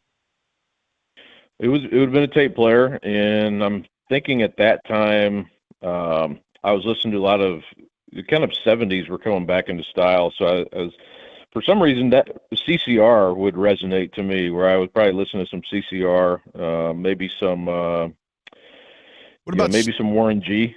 Nice, man, little regulator right now. Okay, did you go through the phase that I did? We talked about this once with Stephanie White, where everybody went through a phase when I was in high school where somebody passed around the tape of Steve Miller's greatest hits, and we all thought it was new. And we had no idea that what we were listening to was actually like 15 years old. Yeah, I mean, I don't know. I do remember that. I remember that tape, and the Eagles were that was kind of coming around. For whatever reason, I guess it's the nostalgia of 20 years earlier maybe was coming back into style, but there was a lot of 70s coming back at that time. Kyle Nedrip, our guest. He's on the Java House Peel and Pour guest line. Jake25, the code, by the way, for a discount, 25% off your order at Java House. You can also enter in my name in the search bar and get the bundle that includes the Wrangler energy drink, Colombian coffee, and as well the Liquid Science hydration beverage from Java House, which is fantastic. The big story last week, I think it was last week, Kyle, in high school football, and I believe I'm correct in the school, was that of Eastbrook. Am I correct? And in an unbelievable finish where they basically got a penalty that extended the game one more play on a kind of a Hail Mary flea flicker, Cal Stanford type finish, went into overtime, then won in the overtime. They take on J&V's Eastern tonight. But that game of Eastbrook and that unbelievable finish, there was a lot of controversy that the officials had made the wrong call that extended that game in favor of Eastbrook, but that is not accurate. That was called correctly, correct? Yes, it was. And, the one thing I will say, one of the pitches was probably forward, but, in the moment it looked like it was even. One of the pitches on the touchdown that eventually got called back. But then, the amazing thing is they ran that play and scored, got the play called back on a block in the back, and then threw a Hail Mary. So of all the, to do both of those things is just, I mean, the odds of that happening again are maybe 1,000,000 to 1, but they got it right as far as the accuracy of getting the play over again. That was right. I know some people were mad about they thought one of the pitches was a forward lateral, and it was close. But, that's not something you can go back and change in the moment either. So they did get it right. The call of running another play was the correct call. So, and then the fact that they threw the Hail Mary and then got it again, simply amazing. I mean, it's just a crazy, crazy thing that happened. And I think they've got a good chance to, I don't know how far they can. They've made it here a few times under Jeff Adamson, to Lucas Oil Stadium. They never won a state title, but I think they've got a shot to potentially get here again. Kyle, there's a particular player in the state and the school that's been getting a lot of buzz here as of late, and that's Knox's. Miles McLaughlin needs to average 280 yards a game to break Derrick Henry's record for most rushing yards in a career in high school football. Can Knox get to the state championship game for him to be able to accomplish that feat? Yeah, I think they can. In the thing will be, can he continue to pile up these yards as the opponents get tougher? And I don't know that he can stay on his current pace just because that pace is unreal that he's put up so far. But yeah, Derrick Henry even came out this week and said he's been watching him and he's rooting for him, and I thought that was really cool of him to say that. But yeah, I mean, I think, McLaughlin now the all-time leading rusher in the history of the state, which I never thought Charlie Spiegel's record would be topped. So he's already there with, potentially having, 4 games left to play. But again, I mean, that's a pretty big mountain to climb still to get there. Knox does have a chance. I think tonight they play Mishawaka Marion. They should, Marion's 4-7. They do play a really good schedule. I would assume that'll be a tougher game than the records would show.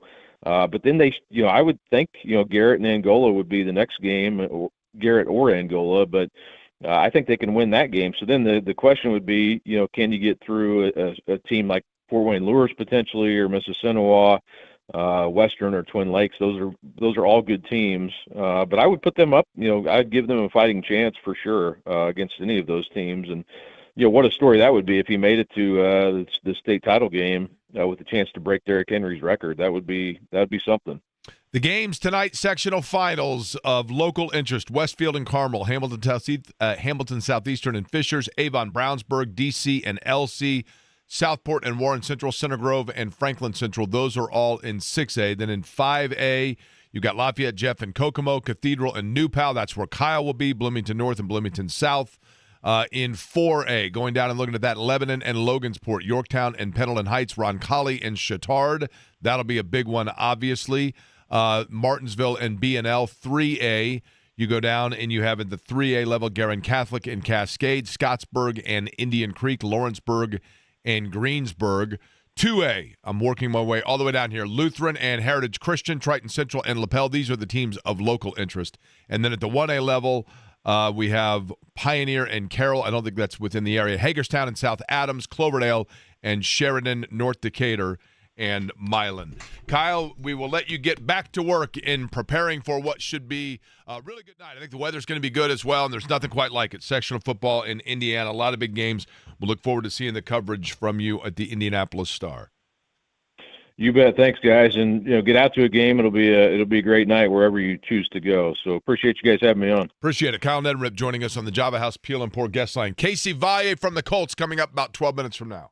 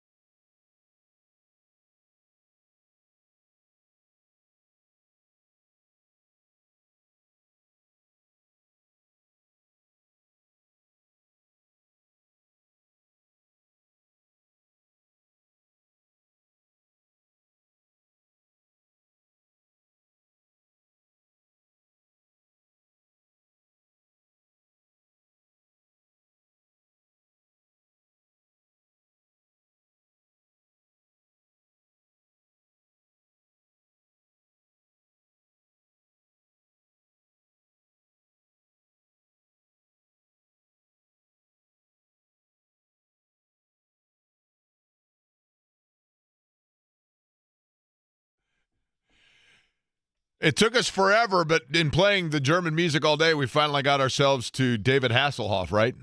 Is that what this is? Yes. I mean, this bangs, man. No wonder why this guy's massive over there. I mean, doesn't this just automatically just make you want to get up and boogie? You put that on. You put this on in the break, and I mean, you saw. I went crazy, right? Oh, yeah. I wish I had video of what you were doing. That's fabulous. Now, let me see. How many albums has he put out? I mean, the guy's like had this massive music career over there, right? I believe he was. Okay. I'm trying to think of what this sounds like it would be. This sounds like it would be the background music to the, like a sports montage, kind of like Teen Wolf, but take some just really cheesy, like almost after-school special movie of 5 kids that band together to overcome the goon rival football team. And now all of a sudden, like it shows them working out and doing crunchers and getting themselves fired up for the big game, and then all of a sudden this just kicks in right when. Heck yeah, this is. I mean, look at me. Like you just start pointing everywhere when you hear this song. You just start pointing to the corner, point to the floor, back to the corner, and shaking your shoulders. Shake those shoulders, baby. Yeah, this guy rocks, man. This is why David Hasselhoff's big in Germany. The guy, we've been sleeping on him all this time, and little did we know. The official soundtrack musician of Sharknado 6, David Hasselhoff, rocking it out in Germany. Casey Valle probably is rocking out to exactly that. He, of course, is that of the in-game, pre-game host for the Colts Radio Network, and he joins us on the other side. Colts in Berlin, rocking to David Hasselhoff, and why not? That stuff bangs.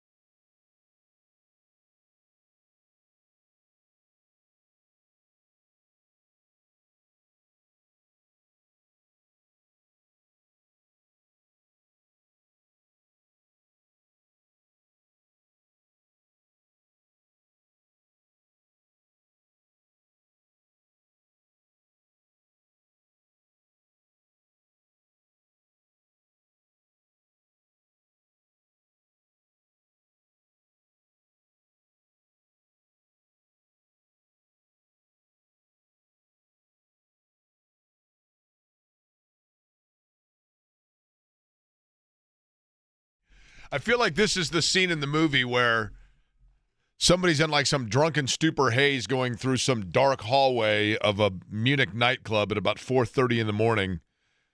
Kind of like the night when Coach Beard went out on the loose in Ted Lasso. Yep. And then C-3PO just came in all of a sudden, right? Okay. Yeah, that's it. I say that all the time. When I'm out partying, I say nothing like Dane's face. You know what I mean? Excuse me, what are you doing tonight? Dane's face. For all I know, I'm getting FCC violations out the wazoo. You know what I mean? I have no idea what I'm talking about in German. Do you know how much German do you know? None. Like I said, I know a little German. He's about 4'6". Nice fella. Where's his Lederhausen? Isn't that how they say it? I don't know. Okay.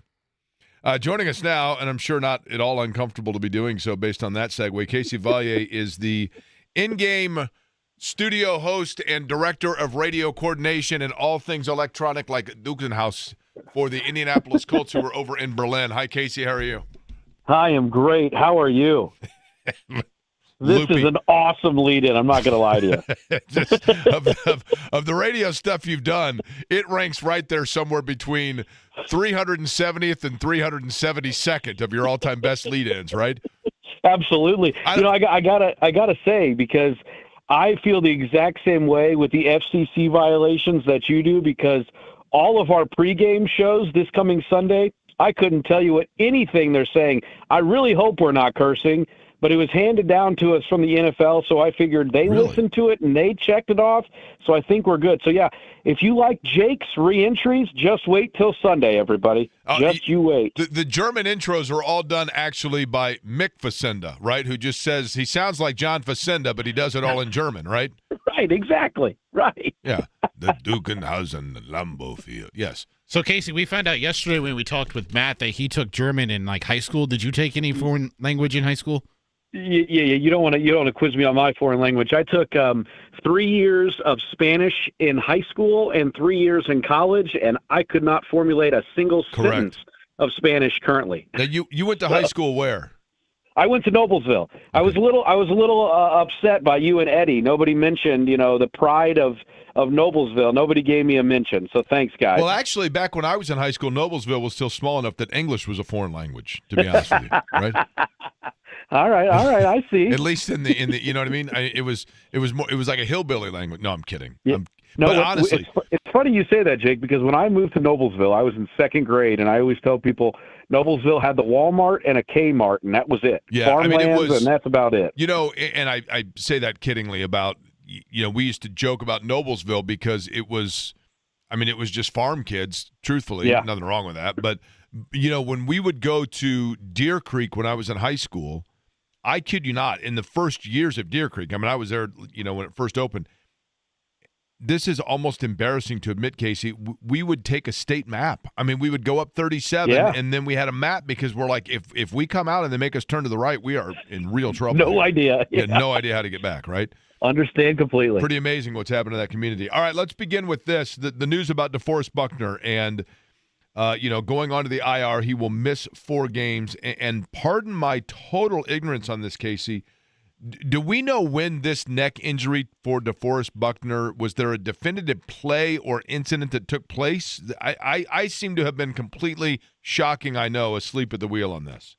No, I know that there was an instance in the first half against the Steelers that he did go into the medical tent, and we monitored it, I think, for just one series, though, and then he was back on the field. And then we didn't hear anything from Shane following the game or on Monday. So it came as a bit of a surprise to everybody. Honestly, Wednesday injury reports around this time, you don't really – it's not something you're looking at it going, oh, man, they're going to miss because they didn't practice. So, like Wednesday, he wasn't on the injury report. I thought, okay, it's probably a rest day. And then ultimately him not practicing yesterday, I was like, oh, that's not a huge thing. But then when I was all out yesterday, I was a little shocked. So I'm kind of with you. Like, I can't pinpoint an exact play or time, but I know in the first half against the Steelers, he did go into the medical tent. Now, this may be something completely unrelated to the neck, too. I wasn't entirely sure what the injury was at the time because he came back, for the following series. So I'm not sure. I'm kind of like you. We're trying to go back through and see if we can find where the injury occurred. But I mean, substantial injury if he goes on IR for sure. By the way, that song that we introed there, that we came to, Casey, Dein Schweiß. Do you know what Dein Schweiß means in German? Eddie, can you rock back up the Dein Schweiß real quick in the background for Casey, if you could? The Dein Schweiß. Do you know what that means, Casey? Dein Schweiß? Roast beef. Very close. It means your sweat, which, as I understand it, according to Josh Stewart from Noblesville, you used to throw around Dein Schweiß at the Boys and Girls Club in Noblesville playing basketball. Is that right? That is right. Josh Stewart. Haven't heard that name in a long time. Hope he's doing all right. Yeah, that brings back some good old memories right there. I wasn't very good at basketball, so there's a reason I got out of that field for sure. Well, people didn't want to guard you. You know why? I was like the guy from Here Comes Along Came Polly. Yeah, Dunschweiß, your sweat, right? People Right. wanted they didn't want to come anywhere near you, right? Exactly. Yeah, that's right. You get too close, and you get that abdomen swipe right there on the chin, and then the Schweiß is everywhere. I mean, who wants that? My gosh. Right? We're learning stuff today. Well, here's the thing. We educate and entertain on this program, Casey. That's right. And That's right. what we know is this, okay? What we know is on this show, 5 days in a week. And with this program, you are destined to get 4.5 really solid days of radio. Second half of the Friday, Katie barred the door, right? Exactly. That's what Friday's for anyway. I got Dein Schweiß all over the place just trying to figure out how I'm going to fill the time. Yeah, it's awful. Hey, the travel itself, I was saying this earlier to Eddie, and it sounds elementary, Casey, but I really do think that it is of note. I just don't know when you go over for a game like this, and I know the Colts have done so now 3 times as a franchise, and recently to Germany now twice in a couple of years. But I think it's very hard to predict just how exactly everyone's body adjusts to the time change, and more importantly, like that transatlantic flight. How much thought, I guess, went into the strategy? Does the NFL say to teams, you have to come in on this day or you have to do it this way? Or is it totally up to the organization itself and what they think is the best? From what I understand, I think it's all organizational based. And the Colts have done numerous trips preparing for this, with a lot of our, Mulaney and Joe Fonderoli, they do a whole bunch of travel throughout the year to get everything prepared for this. But I think part of it too is not necessarily saying they have the same mental clock and body clock the players will have, but just getting their idea on what the best form of travel would be. And that's all in our front office staff that is in charge of all the travel and accommodations on a typical week-to-week basis, but especially with one that's overseas where you got to take so much. And, it's funny you bring up, the travel, because I think everybody would agree that typically the international games, there is something missing. A lot of times it's, they're pretty, I wouldn't say ugly games, but they're not like, they're not the ones you're putting on the highlight tapes. It seems like most cases you have one team that's ready to be there and the other team isn't. So I agree with that. Yeah. And Casey, the thing and this is what I was mentioning earlier, and I've been, again, I don't want to, I've been very fortunate that in the last couple of years I've been able to take some vacations over there to different places.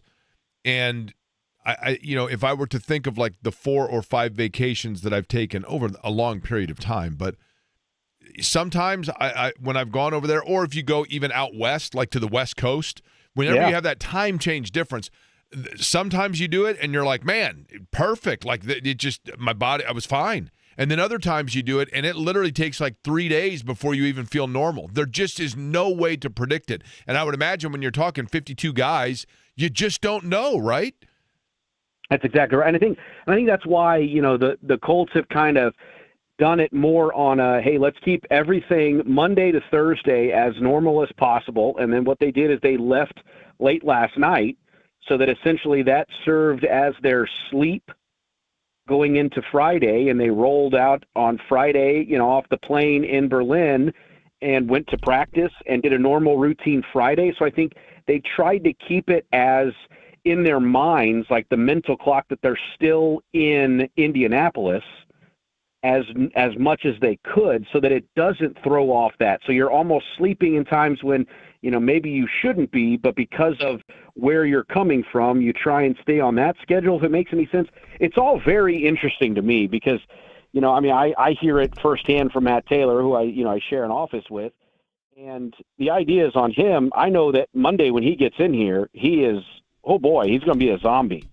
And I can only imagine how the players would feel too. So it definitely does have a toll and an impact, and I think it's one of those things that the way that modern NFL is, this is just part of it. Like you're going to go abroad, you're going to play. That's kind of what Roger Goodell, I feel like in his mind, he really wants. He's continued to make this thing global. He'd probably like to see everybody play an international game every year. So it's kind of just you take it because you have to, and you try and make it as normal as you can. And I don't know necessarily if one way is better than the other. We know some teams have done, you leave Tuesday and really get acclimated with the time clock there. And then the Colts are trying this, leave Thursday night. And so I think anybody has their own opinions, and I don't know whether or not one is wrong compared to the others. Actually, when you think of like no sleep and you think of late nights and being a Monday zombie, you think about the weekends in the Noblesville Town Square for 17-year-old Casey Vallier breaking out of the house, and it sounds like this, right? There we go. Yeah, there you go. Right there. Yeah, Dying Schweiss on the square, right? We're going to Sid's playing this, That's right.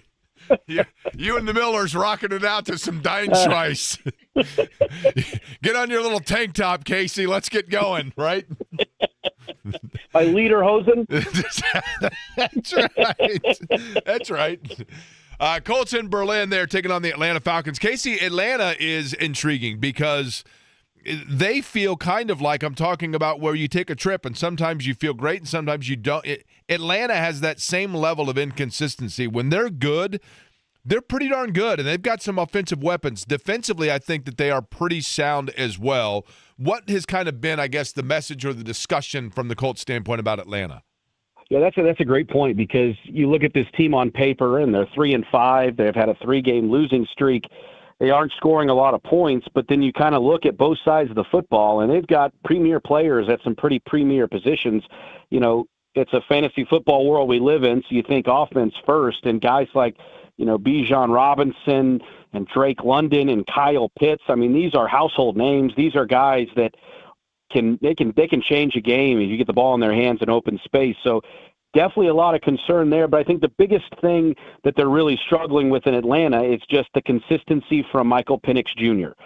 He's in his second year, really his first year as the starting quarterback, and the offense has kind of gone with the way he has. On the games where he's played well, they have done really, really well. But that's only been 3 games this year, and the other ones, there's a reason that they're under 500. So defensively, what they do it very, very well. They do not allow a lot of passing yards. They're bad on third down, which is kind of an odd tale of what the defense is, but ultimately they're really good against the pass.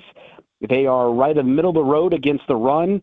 So teams aren't scoring a lot of points against them, but the offense just isn't being able to kind of hold up their end of the bargain, which is strange because if you look at what they've done in the first round over the last handful of years, I mentioned Robinson, you mentioned Pitts, London, and you got Michael Penix. These are all top 10 picks over the last 5 or 6 years offensively, but that's kind of the issues that this team has had. It's been an offensive thing, but, all of that said, they're very capable of being a team that can go out and really explode offensively, and I think that's in large part what the Colts are going to see kind of from this moment on the rest of the year, and in large part why I assume they made the big trade for Sauce Gardner, because you're going to be facing some premier players, and you got to be able to, hold up on the defensive side of the ball. I was thinking about this. Casey Vallier is our guest. He's on the Java House Peel and Pour guest line. When I think about Sauce Gardner coming in, and we've seen this before, Casey, where a guy gets traded for and then boom, he's in the lineup. And the thought that I had was, okay, do they have to simplify or change anything defensively because he's not going to know the lingo or the, whatever it may be. And then at the same time I thought, but corner kind of seems to be one of those positions that's just generically peel and paste. That is probably a ridiculous thought by me, right? I mean, are there nuances, are there cadences, are there formations that they're going to have to wait to install until he is up to speed? Yeah, that's a really good point. 'Cause it's interesting because, all we've heard about with Lou Anarumo in this scheme is that it's very complex, and, he has all kinds of different variations of a certain type of schemes and looks that he gives that it makes it really challenging. But I've heard a couple of the players inside the locker room, they said, all of that said, it actually makes it easier because you know exactly what you need to do at your specific position. Now, Sauce Gardner is a guy, he's two-time All-Pro. They talked about how cerebral he is and how he kind of knows. So I think part of it early in this stage of him acclimating himself with the defense will be kind of like a feel.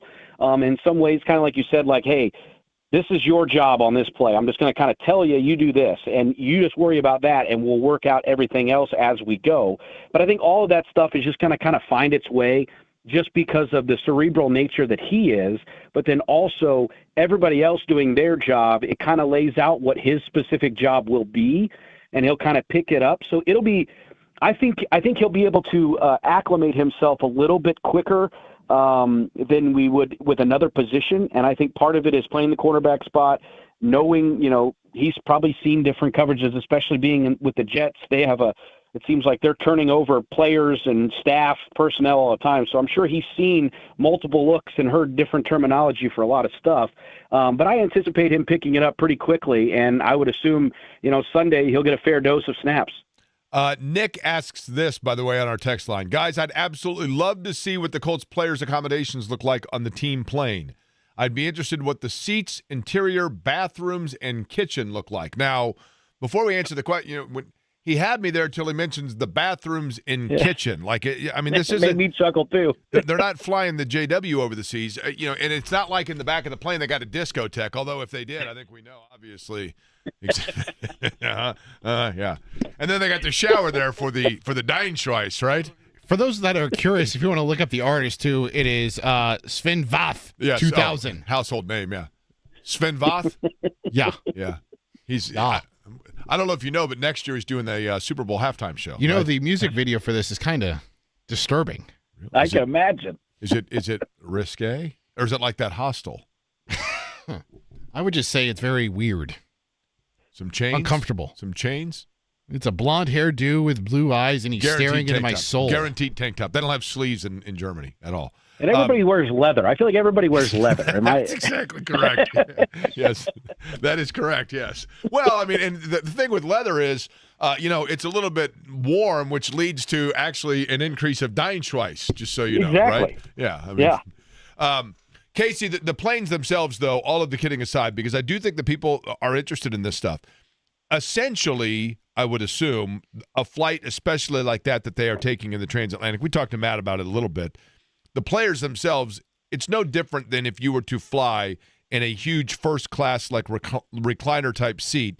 It's just they have, 60 of them instead of 10, right? Right. That's what my understanding is. So, I'd like to take it behind the curtain here, but I honestly don't know. I don't travel. I don't travel with the team, so I'm not entirely sure what the plane accommodations are, but that is what my assumption is that it is essentially like first class, only just more of them. I would assume when you have some guys that are, 6'6", 300 pounds, you kind of want them being comfortable, and they aren't going to be very comfortable in the flight that you and I are going to be on, Jake. So it makes sense for them to have a little bit more luxurious flight across. What's a 9-hour flight? So you would hope they're pretty comfortable. Yeah, I was surprised to find, and I know that the Colts own their plane, but just the Pacers. Obviously, then you're talking 20 people instead of 100. But yeah, professional teams in general, it is essentially usually a commercial like 747 plane or even like a DC-9 plane where they simply have for 60% of the plane, it is first-class level seating and size of seating, and then the back of it where the sponsors and et cetera sit are just like more comfortable coach seats. That's basically how it works. Casey, in terms of the broadcast itself, this is unique for you guys on Sunday because it is so early in the morning. Everything gets underway when? Yeah, so we start right there for the pregame huddle on the Fan at 6:30 in the morning. So local, it'll be JMV and myself, and then we'll be joined by Joe Wrights and Bill Brooks. They'll be in Berlin. So Joe Wrights is calling the game with Matt, and Bill is over there as one of the brand ambassadors and alumni for the Colts. So they're going to join the show from Berlin, and then John and I will hold down the fort in Indianapolis from 6:30 until, is that 8:30? And then countdown to kickoff will start an hour before kickoff, and then everything kicks off locally at 9:30 in the morning. So I was telling a couple of people it'll be interesting. I might be able to get home and watch some of the 1 o'clock window football games on a non-bye week. It'll be interesting for sure. And JMV will be doing the JMV takeover the night before for B105, which means obviously plenty of this, I would assume, Eddie, by your request, right? Isn't that right? The first thing you're going to call in for? I got rid of it. I thought we were done with it, Jake. What? Got rid of it? Come on, Eddie. I got rid of it. Casey, what are you doing next week? You want to produce a radio show from 12 sure. to 3? Hey, I got a bye week. I'd love to come in. You're the radio coordinator. There we go. That's right. Here we go. It's back. Get your toe tapping. What about if I requested some Hasselhoff, Eddie? Can you do us some Hasselhoff? I mean, that really gets your toe a tapping, right? That it does. All right, Casey. So, and then the bye week, actually, you're going to get a chance to enjoy a little R&R, or do you guys have to stay right with things? Yeah, so I mean, for me, I'm not doing anything, but just a little bit of it. It takes out that routine, so we don't have deadlines, if you will. So, essentially, we'll have Monday will be a typical Monday, and then Tuesday to Friday will be, you got to sure up a couple loose ends here and there, but for the most part, we get a little bit of downtime, which is nice because, ultimately, the last handful of years, the bye weeks have come in December when it's really, really cold outside. Now, I know there is this Arctic front that's coming in on Sunday, which might cool temps a little bit, but might be able to at least enjoy a little bit of cooler weather outside than just hunkering down somewhere else during the bye week. All right, Casey, we look forward to hearing all of it. It'll be certainly intriguing to see what happens between the Colts and the Falcons. But again, to repeat, let's go back to this one more time before we let you go, Casey. The injury, the announcement, and then the prognosis for DeForest Buckner. Yeah, so DeForest Buckner has a neck injury that has forced him to be placed on IR, which means he has to miss the next 4 games. So that'll be essentially 5 weeks, if you will. He'll be able to return, and that'll be the game against Seattle at the earliest that he could return to play, and that is December 14th. And have they definitively said that is the target, or is it then they will reassess at that point? That is where everything becomes a little interesting with me being here in Indy. When they made the announcement in Berlin, there are a couple things that I'm hoping to hear just from a different source from here and there. I don't know the severity of what the extent that they're hoping this injury is, but when you just look at it from, just the way that it reads, it would be a 4-game injury on IR for Buck. Okay, and so that obviously becomes big then for Liatu Latu's opportunity, Taekwon Lewis, Kwity Paye, amongst others. There will be plenty of opportunity for those to play and fill in that void, which is a big one, of DeForest Buckner. Casey, appreciate the time as always. Thanks for putting up with our Dine Schweiss. Oh, I love it, Jake. Thanks. I appreciate it. Casey Valle joining us on the the Job House Peel and Poor Guest Line. Eddie's bopping his head back and forth, right?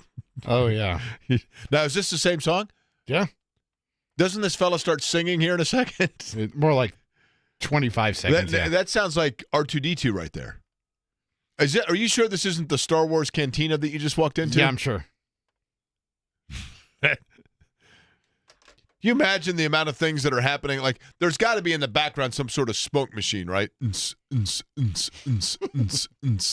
Right? Okay. Yeah, that's right. Boy, that guy's got range in his vocals, doesn't he? Dying Trice. Okay. Is that a real guy? Yes. And what's his name again? Sven Vath, 2000. Sven Vath. SVENVATH. A lot of times, here's the thing. A lot of times I just go ahead and take a quick Sven Vath to get off my Dine Schweiss, right? All right, it's Friday. Franciscan Health, feel good. Good for the heart Friday. I promise we will actually get serious. We'll do it next.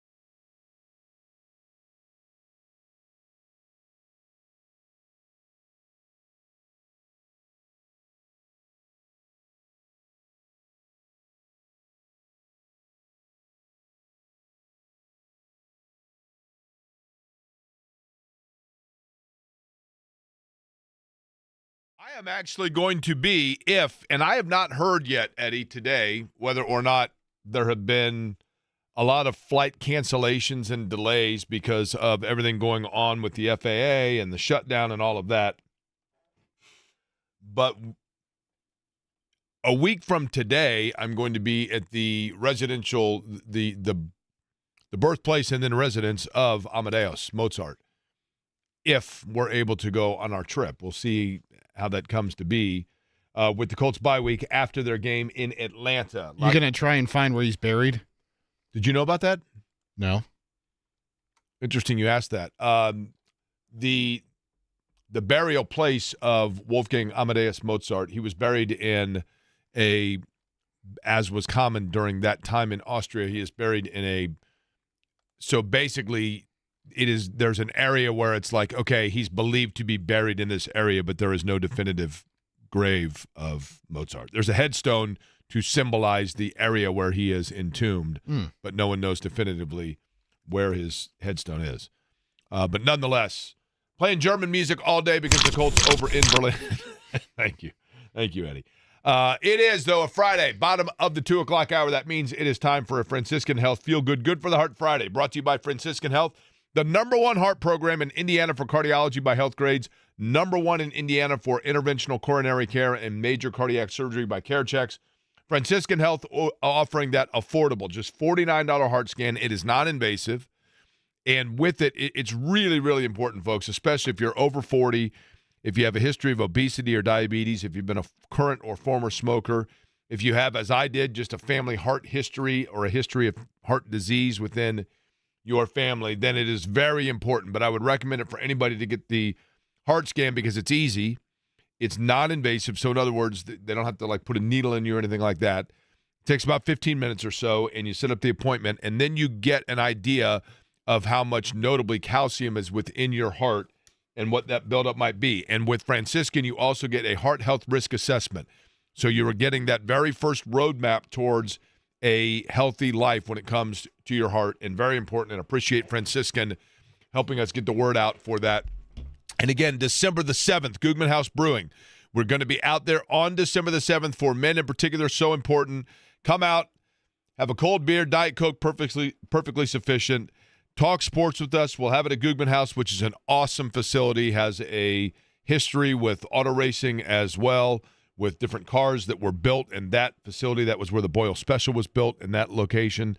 And they're going to have screening and information for all kinds of men's health on December the 7th. We'll be there from noon until 2 o'clock with all of us from the radio station. But I want to go back to, for this episode or this rendition of our Feel Good, Good for the Heart story, somebody that we've talked about before and has certainly been a subject of inspiration for this community for quite some time, and an example of strength and resiliency. And I don't know the individual personally, but I think, most of you are familiar with the name. And I'm talking about Josh Spidell. If you're not familiar with Josh's story, he was a basketball star in Columbus, an Indiana All-Star, on his way to the University of Vermont on a basketball scholarship, when on the day of the Super Bowl in 2015, February of 2015, he was involved in a car accident where his car was, he was T-boned in a car accident, and the injuries were substantial. He had a fractured skull, he had a broken jaw, he had a traumatic brain injury. He was in a medically induced coma for just over 6 weeks. And when Josh Spidell came out of that, coma and began the journey back to health, there was a time where just being able to take steps was a victory. And I talk a lot about during this segment how everyone's victory is different. The definition of everyone's victory is different. And, even for an individual, your temperament for that can change based on what life is bringing your way and the way that you go about things, and the definition of victory is something that in life itself is always in flux. And in Josh's case, we've talked about, and it's been well documented, that throughout the course of the last decade, just over a decade, he's worked, in remarkable fashion towards getting himself back. And I know a little bit about traumatic brain injuries as well, because I have a really good friend, Wendy Waldman, who I've mentioned on this show, that is involved with the Traumatic Brain Injury Association of Indiana. And, I know that even when you have a traumatic brain injury, you can have good days, and then you can have days that are cloudier. You can have good days that you think turn out to be, you go outside sometimes and it's a beautiful sunny day, and then boom, all of a sudden it turns cloudy out of nowhere. Or you think it's going to be a cloudy day all day, and then here comes the sun. And I think that happens for people with traumatic brain injury as well. It is an ongoing journey that, thankfully, to organizations like Wendy's and other great people like her, there is that roadmap as well for folks. And Josh Spidell saw that and has become one of those representatives, one of those pillars of it. But he's been working out recently. He's now married. He works in schools in the area and in teaching and helping out with basketball and things like that. And he began doing CDX CrossFit. Now, think about this. Think about somebody that when you first saw video of a young man that had been in that medically induced coma, that had that terrible accident, that went to the University of Vermont and could not play basketball, but his victory was just being on the sideline and being introduced on senior day or walking out into the court. And that was, at the time, something that previously had been seen as nearly inconceivable. And he began doing CDX CrossFit, and in that capacity, and this is remarkable, absolutely remarkable, coming up in March, he will be at Wodapalooza in Miami. Now, Wodapalooza in Miami is an event in terms of competition when it comes to CrossFit, competition when it comes to workouts and all of the different things that go into that in Miami Beach. And they have all kinds of challenges and qualifiers, and this is not something where you just sign up and go. You have to qualify for this throughout this competition that is a 3-day competition of a CrossFit variation. And he is going to be representing the people of Indiana, the people of Columbus, and just overall people in general that have that perseverance, that have that ability to fight through and never lose sight of what the next step, the next victory might be. And on March 12th to the 15th of 2026, now qualified as part of the CDX CrossFit Games in Miami in the Neurological Adaptive Division, which is a division that takes place, the Neurological Adaptive Edition does, for individuals who have been affected by all 4 limbs and have had issue in the past with balance, mobility, and coordination limitation, but have fought through that and fought themselves into the spot now where they can go through as an online challenge, an online qualifier, and qualified for those games. And for somebody who at one time, doctors, family members, probably coaches as well, that knew the competitive spirit of somebody that was that talented an athlete, thought to themselves and talked amongst themselves of the fact it would be a victory to walk again. And now yet, here we are over a decade later, and Josh Spidell is participating in this event and qualifying for the CDX CrossFit Challenge down in Miami. I think it's an incredible lesson to all of us that sometimes the limitation is within the definition of what we believe. And there might be those all around you that privately say, I don't know that I can completely see where that's going to go. But if it's up to the individual and the proper support system, the family, the doctors, the coaches, the Traumatic Brain Injury Association, whatever it may be, to believe, you never know what is possible. And in this case, Josh Spidell, I applaud it and look forward to seeing the results of what takes place, even though everyone's victory is different. And right now, just qualifying for the event is in itself a victory. But that line of what the victory is continues to grow, and Josh continues to make that possible. And so, too, can those of you listening that might have your own doubts about something, or those of you listening who might privately doubt about a loved one close to you. Sometimes belief, as they say in the movie that Eddie has yet to see, hope is the best of things. And in that case, it paid off.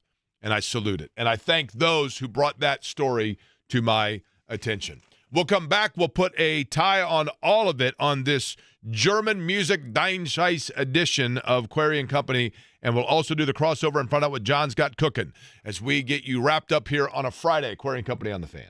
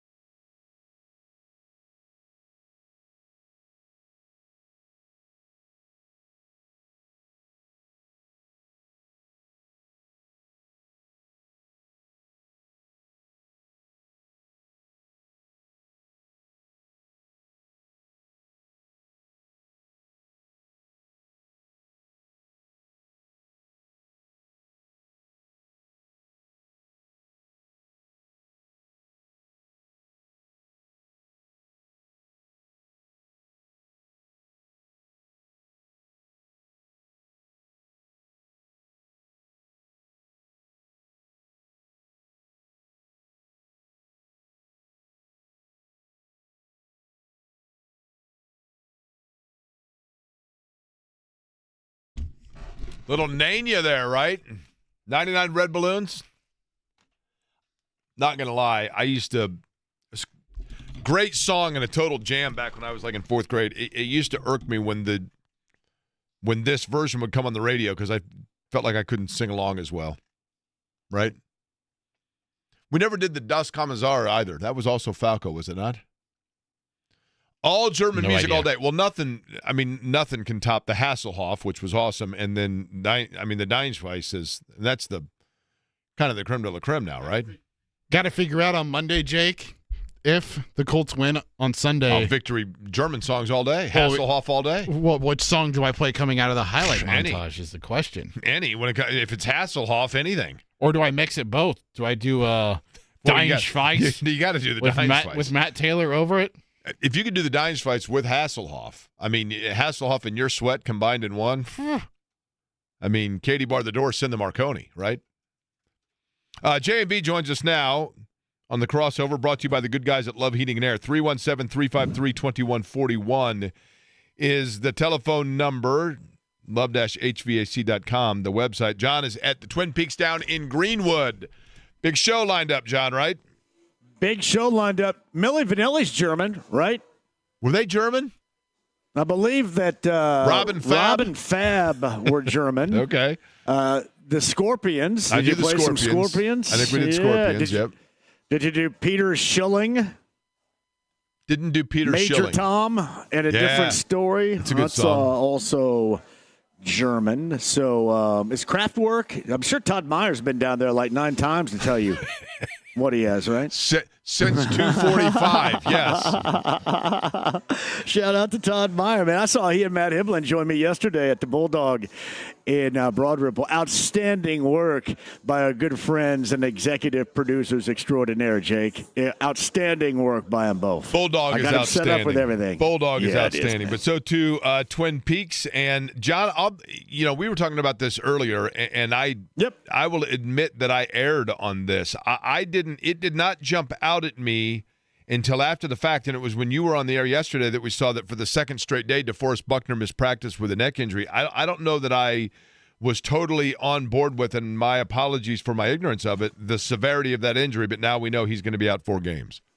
Yeah, all the way until December the 14th, I think, is when his eligibility, Seattle. If he's healthy, to return. And, yeah, that is Major Tom, Peter Schilling right there in a big way, too, because when you think about it, and I heard Eddie did a great job at the stats at the start of your show today, Jake, when he rattled off the differences between holding down the run if you're the Colts defense with him and without him, and then you're arguably up against the best running back you're going to see arguably this season in Bijan Robinson coming up in a place, and you also said this, and this is accurate, you have no stinking idea what the hell you're going to get over there on Sunday morning. None whatsoever. Nobody does. I mean, Atlanta could come out and look like Atlanta, and the Atlanta folks thought they were going to look completely different than the last 2 weeks. And the Colts could come out and look great or could look awful. I mean, I've been overseas in London, and they looked absolutely horrific over there. So I think that's when Cromartie went to Paris for that was an afternoon or something like that. Yeah, I took his Brady Bunch over there, I think, and went shopping or something like that. And but you have no idea what you're going to get. I thought that was incredibly accurate. And that's when Dwayne Allen had a bone to pick with you, right? That's when our friendship ended, Eddie. It did, right there. We were good friends, and then I said, man, Dwayne Allen sucked, and he did not forgive me for that. So I wouldn't either, though. If he would have been on the radio and said I sucked, I'd say, all right, then the hell with you. By the way, speaking of sucking on the radio, so are you doing the J&B takeover leading into the Sunday morning stuff? Is that right? I think I just may go ahead and lead. Rob will ramp right into it, I think. Just go from 5 to 4 and start it. Why not? So, yeah, we're going to have some fun. So, for sure. Normally, Jake, when they went to Frankfurt, I think I went until about 2:30. So, we'll see how long I go. I go until the phone calls run out. So, we'll go that long. You can play nothing but German techno music from like 3 until 5. Why not, right? Yeah, I could. Yeah. I'm sure Sean Copeland would be thrilled with that. The Deinschweiss, right? German techno. So, yeah. Yeah, Germany is interesting, too. I mean, you've got some bands. Like, the Scorpions are a great band, but there's some stuff in there it's a hard listen. Know what I mean? Oh, yeah. No, it just is. Yeah. What is Rammstein German? let me look up Rob Stein. Eddie, who did you say was doing the Dienschweiss? Who was that musician? That was not the Dienschweiss, but that's Sven Voth 2000.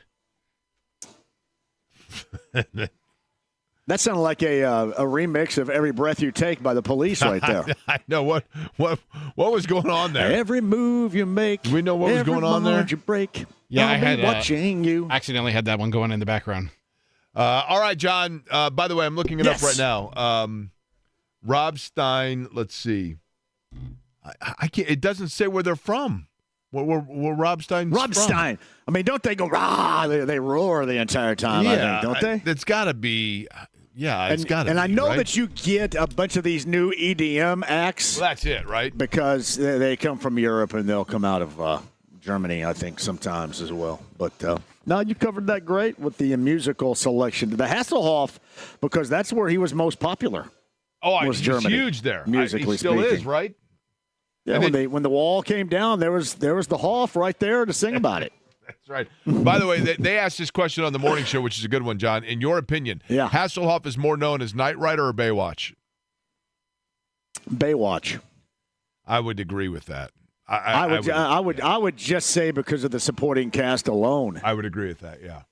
Pam Anderson and her twins and all the other twins on that show. Right. I mean, there's zero way anybody's going to recollect Knight Rider. Okay, you got to.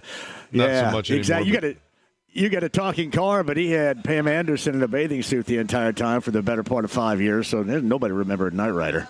That was the most memorable thing of Pamela Anderson on video till the internet came out. No question about it. It was. All right, John. We'll throw it out to you shortly down there, all right? Yeah, thank you, buddy. I appreciate it. JMV at Twin Peaks will be joining you shortly and carrying you home for the rest of the day. We will be back with you at noon coming up on Monday, recapping the Colts in Germany. We also will be recapping the Pacers with a two-step this weekend and a big weekend of college football and basketball. Eddie, your score prediction. I've got Colts 24-20, but I could see them slipping and sliding a little bit just because of it being an overseas game, and no DeForest Buckner makes me a little worried with trying to contain Bijan Robinson. 20-12, Colts win. I think both teams are sluggish. There's a time change, right? And then you got the exchange rate, so figuring out the score becomes tricky. All right, I thank you for listening to Query & Company.